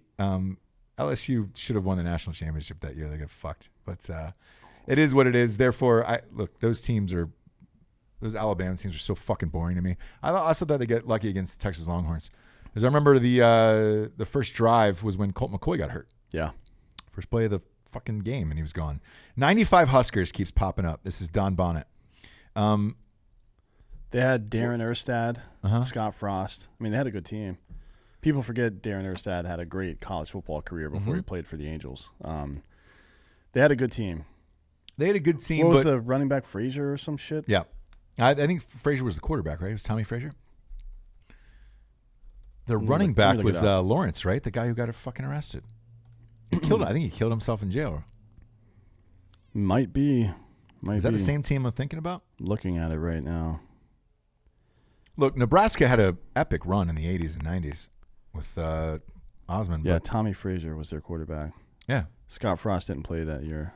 Tommy Frazier was the quarterback. No, Tommy Frazier's not even close to Joe Burrow. No. He could run the ball. I'm looking. I mean, it's not even Who's close. the running back? Was it Lawrence? Hang on. Looking. I'll read the next one when you look for that. Well, talk about MyBookie for a minute. Oh, shit. MyBookie.com. They're so ingrained in my mind, I think I just automatically assume. Look, MyBookie won a fuck ton of money off of us last night. Yeah. Yeah, but we've won way more off of them than I think, look, college or NFL, I haven't been that great this year. I think I'm sitting at 67%, which is whatever, man. It's not bad. It's not terrible. But I've raped MyBookie this year. MyBookie.com/Drinkin Bros. Bet with us or against us, $1,000. Now, because we're all in on the playoffs and then Super Bowl, we go fucking hard. You think we go hard for college? Jesus Christ. My rule basically is just like whatever money I make throughout the year. In the we regular put on the season, Super Bowl. I put all of it back because I don't care. It's on the Super Bowl or on the thing because it's that. Look, we do this for fun and it really doesn't matter. I mean, we partied with the money last year. It was great. And it would have been nice to take the money to Vegas this weekend, but whatever. That's true. I mean, I guess in a way we are taking it to Vegas. Yeah. Just through a proxy. Go to mybookie.com/Drinkin Bros. Doubles your deposit all the way to $1,000. Now's where we're getting we're throwing monster money in the AFC and NFC championships and the Super Bowl. And then I usually cash out of March Madness, whatever's left, but we go hard on these fucking games. MyBookie has been our chief sponsor. We've gambled with him relentlessly. Congratulations. You won collectively last night off of Dan and I close to $9,000. Because we had 3-1 odds and then the money line. Yeah. Yeesh. Enjoy it, MyBookie. We had a great college football season with you guys, and we're looking forward to these last few games. John Taylor, University of Texas, 2005. Nebraska 95, it was Amon Green. Forgot about him. For the Packers. Yeah, he's a great running back. He was good. But no, not as good. No, they're as not LSU even. I mean, team. they're two totally different styles of football. Yeah, they're receivers. I've never even heard of them. No. University of Texas, 2005. This is a good one. This was Young. And look, let's not think about the version of Young in the NFL. Vince Young. Yeah. This was Vince Young and those guys, and they won in the last second play. That's still, by the way, the greatest championship, I think, in my opinion. Why is that? That was the one where Vince Young, 4th and 5, ran it in against USC. And that was the USC with like Matt Leinart and Reggie Bush and those guys. It was the best game. That was the best championship I've seen, I think. I know people will say the Georgia-Alabama one because I went to overtime. And so did Ohio State, Miami, but just as far as like superstars and hype and all that shit, I just felt that game had it. I remember they kept having those cutaways, McConaughey and Lance Armstrong in that game. That was fun as shit, but no. I think this LSU team would have smoked that team. I mean, Vince Young accounted for... I think Texas had a loss that year too, right? No, they were undefeated. Oh, they were? He accounted for 38 total touchdowns. I mean, not even close. That's not even half of... Yeesh. That's so crazy, man. 60 touchdowns. What did he finish? Was 64, 65? Because he had some running touchdowns, Burrow. Yeah, let me look, actually. Bob Fernandez says, the only team I can think of is 2004 USC. Look, that was a great team. They had Reggie Bush. They had Matt Leinart. They had some good receivers as well. They had a pretty good defense, but Burrow's the deciding factor in this. Yeah, 65 total touchdowns. Yeah, Burrow's the deciding factor in this. He had 16 last year, by the way. For me. Ben Watawa, he's an Ohio State fan. He said 2001 Miami team. They were good as well. However, this offense is nasty. I would have said maybe the 91 Hurricanes. Remember with like Warren Sapp and those guys? That was the most disgusting defense ever in college. That was the first time, and they brought it back up again in 2001 actually, Mm-hmm. which is I guess maybe coincidence, but the 91 team, there were talks like I think this team could beat an NFL team. Yes. And then in 2001, they said the same. They were close. I think it was the Dolphins they were talking about. Like, could this team beat the Dolphins? Yeah. And probably not with Ken Dorsey, though. Like, he just didn't have the arm to throw the ball downfield. Right. And but Miami wasn't like one of those. They were more of an NFL-style offense, so that's why people were making the comparison, I guess. To that 91 team, a friend of mine was on that team. His name is Jason Marucci. I want to give him a shout-out because his son, which is crazy to say, his son just signed. He's a quarterback. Mm-hmm. He just signed for full ride with Wake Forest to be their quarterback in 2021. You always dream of shit like that, where you're like, dude, I hope my kid goes up to be the quarterback of a college team, man. That would be the dream, right? Yeah. He fucking did it. That team that was so fucking good for Miami. Yeah. Ken Dorsey had 2,652 yards, 23 touchdowns. Yeah. And then their running backs were Clinton Portis and Willis McGahee and Frank Gore. Ooh, that's the best running backs of all time. That's got to be the best three at one time. Jesus. They each got at least 60 carries. And let's see, McGahee had 314 yards, not much, but Frank Gore had 562 yards and Clinton Portis had 1,200 yards. I mean, that's Clinton Portis played forever. Frank Gore played forever. McGahee played forever. I mean, that's how do you beat those running backs? I'd say that's the best running backs on one team. I don't see how anybody could come close to that. Running back wise. They also had Kellen Winslow on that team, who's now best known for raping and murdering old women. Yes, he's in jail for life now. That's something, I guess. Daniel Rogers, as a Clemson fan, LSU was by far the best team I've seen in some time. I agree. I think it's funny, and it's got to be bitter, or maybe bittersweet for Ohio State fans. But imagine this year's Ohio State team with fucking Joe Burrows on it. Can you imagine that shit? You know, a lot of people said that to me. They said the wrong kid. You guys picked the wrong kid. No, I wouldn't say that. It was look. You had 4 NFL quarterbacks on the same team at the exact same time. I think we've only lost 1 game a year for the last 4 years or something like that. Like, you can't get better than that. The only way you could get better than that is what LSU did. But the difference is we didn't have LSU's receivers. So if the argument is you were going to give us those 2 receivers as well this year, yeah, great, I'll take it, because they were. And we have like, KJ Hill is pretty good. He's going to go pro. Yeah, probably 2nd or 3rd round. And there's 2 young kids that'll be superstars, but they're not there yet. Unless we had those receivers with Burrow, no, we wouldn't have won the national championship. Probably not. Well, I mean, maybe because Burrow wouldn't have won. Chase and Jefferson? Or, I'm sorry, LSU would not have won without Burrow. Yeah. Maybe. But who knows, man? And Chase is going to be around next year. That's the best news possible for LSU. Oh, yeah. And if Hilaire sticks around. Yeah, I wouldn't. I wouldn't either. But he's not even on anybody's big board right now. Like, I don't think, maybe it's because nobody thought he was coming out, but if I'm drafting NFL running backs, I'm not looking at, like, Etienne for sure. He's going to be a 2nd-round draft pick, but I'm not looking at him in the 1st. No way. No, I don't. Joe Nerney goes, the 88 Irish has gone on here. Get fucked. That was the Rocket Ishmael year, right? I think. No. Not even close, my man. Not even close.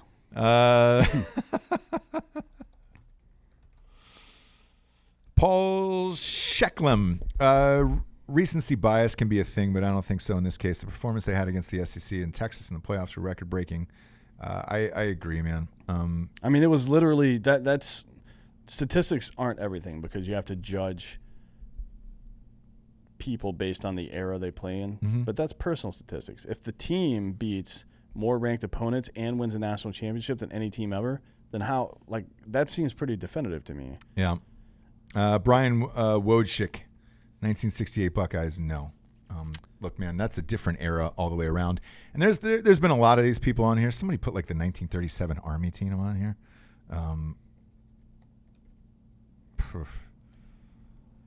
Look, the when you start dipping back into the 70s, it was such a different era of football. And like, dude, I think the sports writers put in the national champions and shit like that. Then there was years that the sports writers just picked a national championship. Yeah. They didn't even play a national championship game. And then you've got to go pre-playoffs. Like, dude, the playoffs has only existed since 2014. So you're not only playing a top 4 team once, you're playing 2 of them back to back. Nebraska, Ohio State, whoever didn't. I mean, the first Ohio State team won the title in the CFP, but these other ones, you're not playing 2 back-to-back games that are this fucking tough, man. It's new. I don't know what would have happened with those other teams when they did it, so it's a weird comparison. And then the teams from the 70s on down, this offense, if you dug up some of those, like Woody Hayes, imagine you put Woody Hayes on the sidelines last night and had him watch LSU's offense. His mind would explode. It would probably look like they're from another goddamn planet. That was those 70s, and those were the 3 yards in a cloud of dust days. That is long gone, dude. It is. You're bombing the ball now.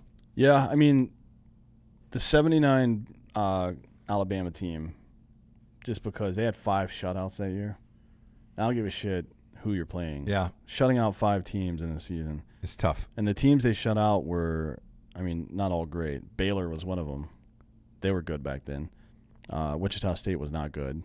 But Florida, they beat Florida 40-0. Florida's been a good football team for a long time. They beat LSU and Miami, Florida. They shut out all those teams. Yeah. So those are major schools that are getting shut out. I don't know, maybe that one, but it's like that was the most dominant defensive performance we've ever seen in college football before. Yeah. But that doesn't mean they're their best team.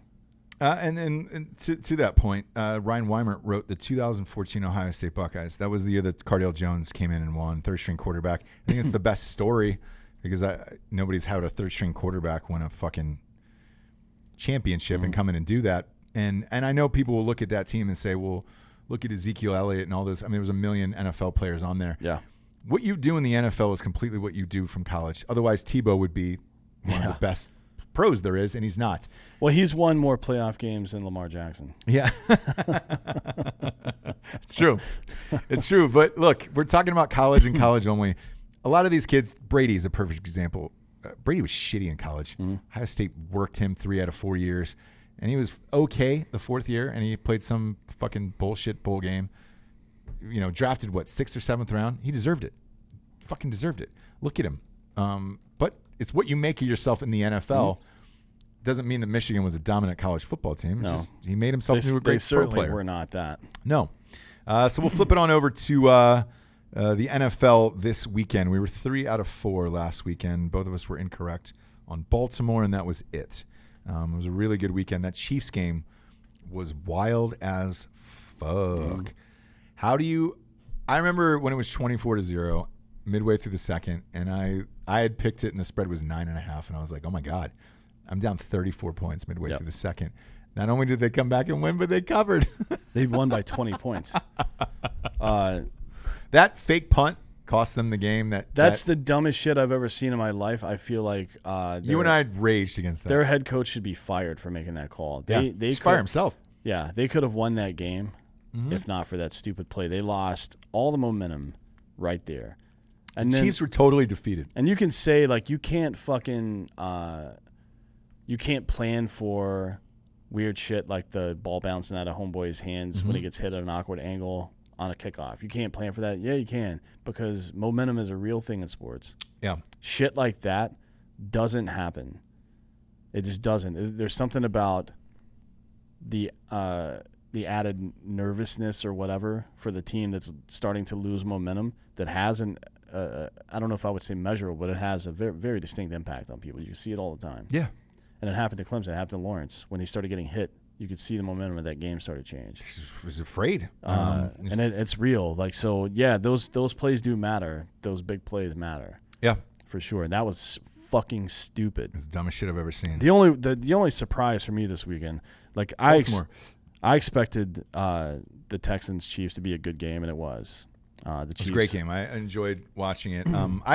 I called the Chiefs to win the Super Bowl. I'm still sticking with that. Some people ask me. Yeah. Yes, That is still my pick. What I didn't expect is, and maybe I should at this point, but I didn't expect Derrick Henry to rush the ball 30 times for 195 yards for weeks. Like, he is a man amongst children out there, it seems. He really looks like it. One of my favorite plays of the season happened in this game where a guy went to tackle him. He stiff-armed him so hard that he got turned around, and then he used that same defender as his lead blocker going down the field for another 7 yards. That's a John Wick move right there. It was one of the greatest plays I've ever seen. I probably watched it, I rewound it fucking 28 times. He's 6'3", 250 pounds. Oh, my God. And he's shredded. Yeah. Like, there's not an ounce of fat on that guy. What he's doing is amazing. I do not want to see Tennessee Titans in the Super Bowl. That would just be the boringest thing on the planet. You don't want to see Ryan Tannehill? No, dude. Throw the ball 14 times. I don't want to see 30 carries from Derrick Henry. There were 15 total passes for Tennessee, and one of them was Derrick Henry throwing a touchdown pass. It's like an Army-Navy game, dude. Yeah. It's crazy. Yes, I don't want to see them. And there was a point last week where I sat there, and as I was at the gym during the first game, and I looked up at the thing, and I go, oh, my God, it's going to be a Texans-Tennessee AFC Championship. Mm-hmm. That's the most miserable matchup I could imagine besides like Jacksonville. Yeah. Jacksonville, Miami would be the worst, I think. The end all be all worst. This is number 2 for me. Well, the NFL likes when there's East Coast teams, or they don't like West Coast teams. And no professional sport, they make more money when East Coast teams are in championship games than they do when West Coast teams are in championship games. No. But whatever. Look, that was a shock. Lamar Jackson, there was somebody in Drinkin' Bros who said, hey, look, Ross, you've been down on him the whole time. Why did you switch for the playoffs? I switched for one reason. It was Tennessee. I did not believe in Tennessee, and I thought Lamar Jackson should have, on his own, carried that team through a Tennessee. I thought Baltimore's defense is probably top 3 in the league. Yeah. I did not think, because you know what you're getting with Tennessee. You're getting 30 carries right down your fucking face of Derrick Henry. How you can't stop that is beyond me. Because even the Patriots, the first week, right? That was a very close game. If the Patriots had any form of offense, they would have won that game. Yeah. It was very close until the very end in that one. They knew it was coming the entire game, and they couldn't stop it either. Here Lamar Jackson's stats from that game, by the way. 31 for 59. It's not great. It's 50%. That's like 54%. 365 yards passing. 365. It's a lot. A TD, two interceptions. Not. I wouldn't say both of them were his fault, but I mean those are. They were. One of them was borderline. But anyways, he rushed the ball 20 times for 143 yards. So it's like hard to blame this all on him. Yeah, and you had Hollywood Brown, 7 catches, 126 yards. I think, look, for Baltimore to keep going on this path for the future, they've got to get some receiver help for them. They've got a great tight end in Andrews. Andrews, yeah. They need a great receiver, a great one. Yes. They need an OBJ or somebody like that, whomever's available. He's not, but whomever's available. And they've got to do something about a running back. Mark Ingram rushed the ball 6 times for 22 yards. And by the way, dirtbag ass OBJ was on the field last night handing out money to LSU receivers. Did you see that? No. $1,000 stacks. I'm sure the NCAA is going to call. You dumb fuck. Let those kids fucking enjoy the moment. It's not yours. It's not your fucking moment. I mean, that's OBJ. The closest he's ever going to get to any kind of championship. He pulled out it looked like $10,000 on TV and handed it to, I think it was Jefferson, and on the field in cash, a wad of it. You fucking assholes, dude. Like, I know you went to school there, but you're going to get them you're going to bury your own school. Well, Jefferson's going to leave, but he and that's fine, but do it in the fucking locker room. You know you're doing it on TV. You're knowing you're doing it for the cameras. Like, do it in the fucking locker room or do it in the parking lot. If you're a Clemson fan out there, you should be filing petitions to make Jefferson eligible for this game. Yeah, well, it's too late now. You got paid. That's not too. It's never too late. The game was over. He's done. But yeah, man, that was fucking shitty. OBJ, I hate that motherfucker, to be honest with you. No one likes him. He's great, but people will like him week to week when he's making plays. In fantasy football. The 95% of the time, they're like, God damn, dude, just shut the fuck up. Anyways, this week. Wait, hang on. We got so the Vikings 49ers. Look, we both called this. You've been right on the 49ers this whole year. I've been wrong on them. I don't believe in Jimmy G. I mean, my God, dude. You can believe in him if you want, but what did he have passing? Not much. I mean, Kirk Cousins only had 172 yards. Is it weird that, like, watching this game, the heart and soul of the San Francisco 49ers is Richard Sherman and Bosa? And Bosa, yeah. How is a rookie? He is tearing people's fucking anuses out. Yeah. But how is a rookie the heart and soul of your team when Jimmy Garoppolo, I'm going to read you his numbers. You ready? Yeah, 11 for 19, 131 yards. What? And you won 27-10. Yeah. But their defense is disgusting. Bosa is playing out of his mind.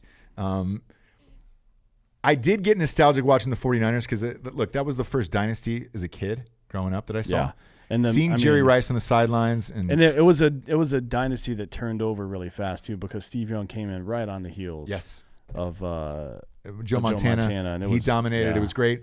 Seeing a good 49ers team was fun again. Seeing all those old guys back around the sidelines was fun again.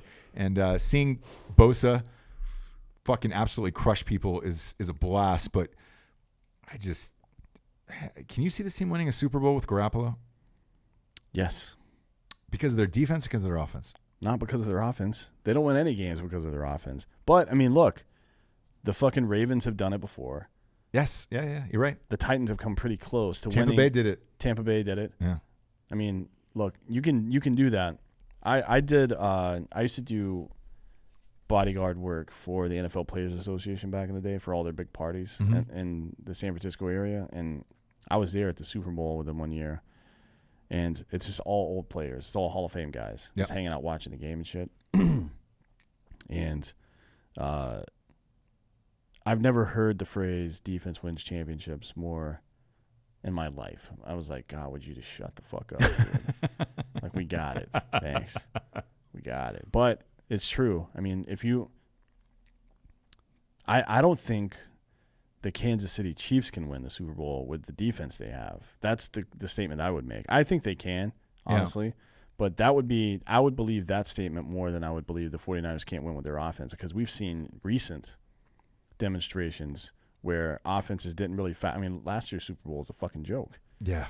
Oof. How much did offense factor into that game? Not much. There was like a 4-minute stretch right? during the it was a 4-minute stretch during the game where any offense happened, and that was it. So I think, yes, absolutely, the 49ers can win. Last up, there was the Seahawks-Packers game. And look, I went real hard on this. I put $700 on this. Russell Wilson in the Seahawks. I've said the entire year long this was a one-win playoff team, and then they were done. Yeah. I put all my money on it. Everybody else did as well. Packers won, and truthfully, this game wasn't really close. I know Seahawks fans are going to bitch about that. Jimmy Graham play where he didn't appear to be over the line. That yellow line is not correct. If you're watching at home, no, it's a guess by the TV networks. But I think on that reverse view, he probably made it. Is my guess. The other thing too about this game is, as much as I hate Russell Wilson, he's the only player on that team. Like him and that DK Metcalf's going to be great in the future. Yeah. But he has no help, and he's been dragging that team uphill the entire fucking season. They've got to get him some help. But this was an easy call for me. This is a great championship match here that we got between we'll start with this one first. The 49ers against the Packers, plus 7.5 for Green Bay. Who you got, son? I've got the 49ers. All right, this is our Fight Club game of the week, so I'm taking Green Bay. Okay. I'm taking the Packers. Now, with the points, you mean? Yes. And I want to clarify that for the audience because we're talking about gambling, making money, son. I think this is a one-score game. I think it probably is a touchdown game or a field goal game. That half a point with that 7.5 is the reason I am taking the Packers. I actually think with the 49ers defense that they could win this game. And I think Rodgers, again, fell into old habits at the end of that Seahawks game, which even made that game remotely close. He stopped running the ball with Aaron Jones. I don't know why. Jesus Christ. It is the easiest formula of all time. The Packers could very well win the Super Bowl if they just handed off the fucking ball to Aaron Jones. They should have ran out that clock. I don't know why Aaron Rodgers kept chucking with under 3 minutes in the fourth quarter, stopping the clock. It's crazy to me. Absolutely fucking crazy. But I think the 49ers can absolutely win this game because of the defense, and I think Aaron Rodgers gets greedy. Because right now, the 49ers and Jimmy G's, they're trying to prep him as the face of the NFL, and Rodgers wants to defeat that. He knows that it's going to take 6 TDs with his arm, and I don't think if he gets away from the run, then I think the 49ers win, and I think if the 49ers win, it's under a score. It's under 7 points. Here are all the reasons I disagree with that. Okay. First of all, go back to the new guy and go fuck yourself. I will. Or whatever. God, sir, I wish I could. I wish I could. It was so much fun. Aaron Rodgers was 16 for 27 last week. That's shit. It was freezing. And there, I don't give a fuck about that. It's Aaron Rodgers. He grew up in Green Bay. He didn't grow up there, but in his football career, he grew up. Didn't he grow up there. in San Francisco? Berkeley. Yeah, it's going home, brother. Aaron Jones got 21 carries, 62 yards. Did he really? It felt like less. Yeah. I guess this is the end of the game. He ran, I would say probably, I think 6 or 8 of those were at the end of the game. So really, we're looking at 15. But anyways, Devontae Adams. Touchdowns. Yeah. They were both close, but obviously. Devontae Adams had 8 receptions, and Jimmy Graham had 3, which was a surprise, and everybody else had 1 or 0. He doesn't have the options, clearly, he can't use them. It's one of the two, right? If the argument is that, then this is a 4-point game, and I know there's no transitive property in sports, but the Seahawks defense is not even in the same ballpark as the 49ers defense. Like, Bosa is wrecking people and tearing their buttholes out. Yeah. And Richard Sherman is controlling the defense, and actually, you know what? Bosa may be doing it now, to be honest. Yeah, but look, I will say this: whoever's gone up against Richard Sherman these last few games isn't winning. So if you're probably putting Sherman on Devontae Adams. Yes. And yes, you are, and you have what is left in the playoffs, at least, absolutely the best pass rush. I mean, you could bring Buffalo into that conversation, and maybe Texas when they're playing well, but they haven't been. But at least as far as who's left, nobody's pass rush is anywhere close to what the 49ers is, and there's no fucking way that the Packers are going to come out and put up 30 points on them. There's just no way. To me, Aaron Rodgers will always have one of these magical games every 4 or 5 games. He's due for one. I think this is probably it. The weather's going to be gorgeous. He's home, him personally. So that's their other issue in this game, to be honest. What, that they got to go to the West Coast? Well, that they have to go to the West Coast, but more importantly, that they're not going to have the advantage of playing in cold weather. Yeah, which is typically an advantage for them. It's almost like a Super Bowl game, to be honest with you. That type of weather. By the way, the last time the Packers played the 49ers earlier this year, it was game 12, 37-8, 49ers. Yep.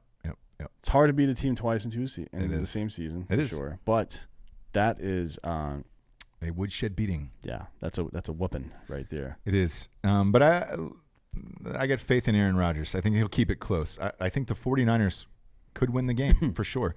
That 7.5, it's that half a point that got me before we walked in the studio today. And it's going to get me on this next game here. I think it's a 10-point game. Find out. You could be right. 49ers Super Bowl would be all right. As long as they are facing the Chiefs. And this is Titans-Chiefs. This spread is also 7.5. No one wants to see the goddamn Titans in the Super Bowl except for the 4 people in Tennessee who watch football. Yeah, and who love a good 35-carry run game. Yeah. Look, here's what because I'm going extremely hard on both these games. Here's what I'm going to do in this full disclosure. I'm taking the Chiefs, and I'm buying a point. I'm going to take this down to 6.5, and I think the Chiefs win by a touchdown. But I am definitely buying 1 point. I would say the Chiefs win by 3 scores in this game. I think they're going to blow them out. I think it is absolutely possible, 100%. It's the Titans have a good defense. Good defense. They don't have a great one. Not to stop Mahomes. No.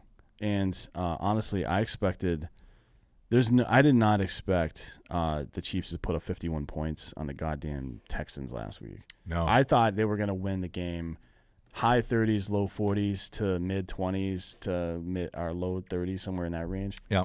I did not expect this at all. They blew the fuck up, and it wasn't all Mahomes, man. No. Like, there's a lot of people involved in that win. There were a lot of good plays made. Travis Kelce had probably one of the best playoff games for a tight end in history. It's weird. He started off shitty. He dropped a bunch of balls. At 3 touchdowns, 10 receptions, 134 yards. Yeah. And he started off shitty, dropping a bunch of balls. But look, that's where the money's going this weekend. I'll probably go $1,000 a piece on each of these games, and we'll be in Vegas. We will be at the Conor McGregor fight. We will give our Conor McGregor and all our UFC card predictions on Friday. We have a special guest, John Anik, is going to be on the show, who is actually calling the fight with Joe Rogan. It's going to be audio only, so make sure you're looking out for it. Yes, because we will be late. We're flying into Vegas, and then we're going to get him. When we get off the plane, so it's going to be late. But you will have that for Friday to bet with for Saturday night's fight, which we're beyond stoked to be going to. And if you're in Vegas, hit us up, man. We'll be there and we'll party with you because I know we're getting together at a bar somewhere to watch the AFC and NFC championships on Sunday. Yes. So hit us up if you're in Vegas. Maybe with OJ. It'd be great. It'd be fucking great. Last but not least here, before we get out of here, I want to get your opinion on this Houston Astros. I consider you the baseball messiah out of the two of us. This is one of the weirdest stories of all time. Well, it's not over because we still have to see what's going to happen with Boston and Joey Cora, right? Yeah. Did he do the exact same thing? Was that the... I don't know if it's the exact same. I haven't seen the transcripts of their testimony and all that bullshit, but it was similar, yeah. So I would expect a similar outcome. I mean, look, AJ Hinch came out and said this. He said, I didn't personally have anything to do with it. I thought it was wrong. I told them that it was wrong. And then several times I got frustrated with the fact that they kept doing it, and I destroyed the monitor that they were using to do it. Like twice he did that, and it had to be replaced. He beat it with a baseball bat or some shit. And he got fired. And so did the GM. Look, I'm fine with that. If baseball wants to give you a year ban, fucking crazy. Like if you're the manager of the team, and you can't stop guys from doing stuff, then you don't need to be the manager of the team anymore. It's really that easy. Yeah. Now, here's what I'm curious about. It's the GM and the fucking and the manager so far. Are the players going to be suspended for it?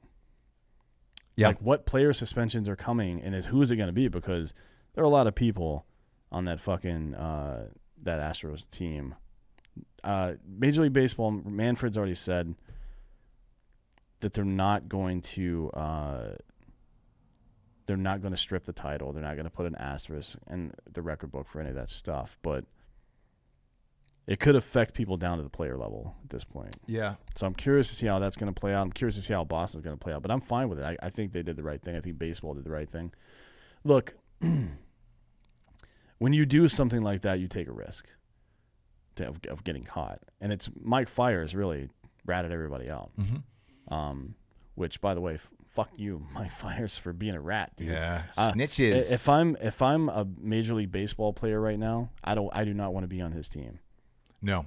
Like at all, because look, it's sacred. You don't fucking talk shit outside of the clubhouse. If somebody's doing something or whatever the fuck, look, you're gonna learn people's signs if you get traded mid-year and blah blah blah and all that stuff, and you should absolutely use that because that's just part of the game. Yeah.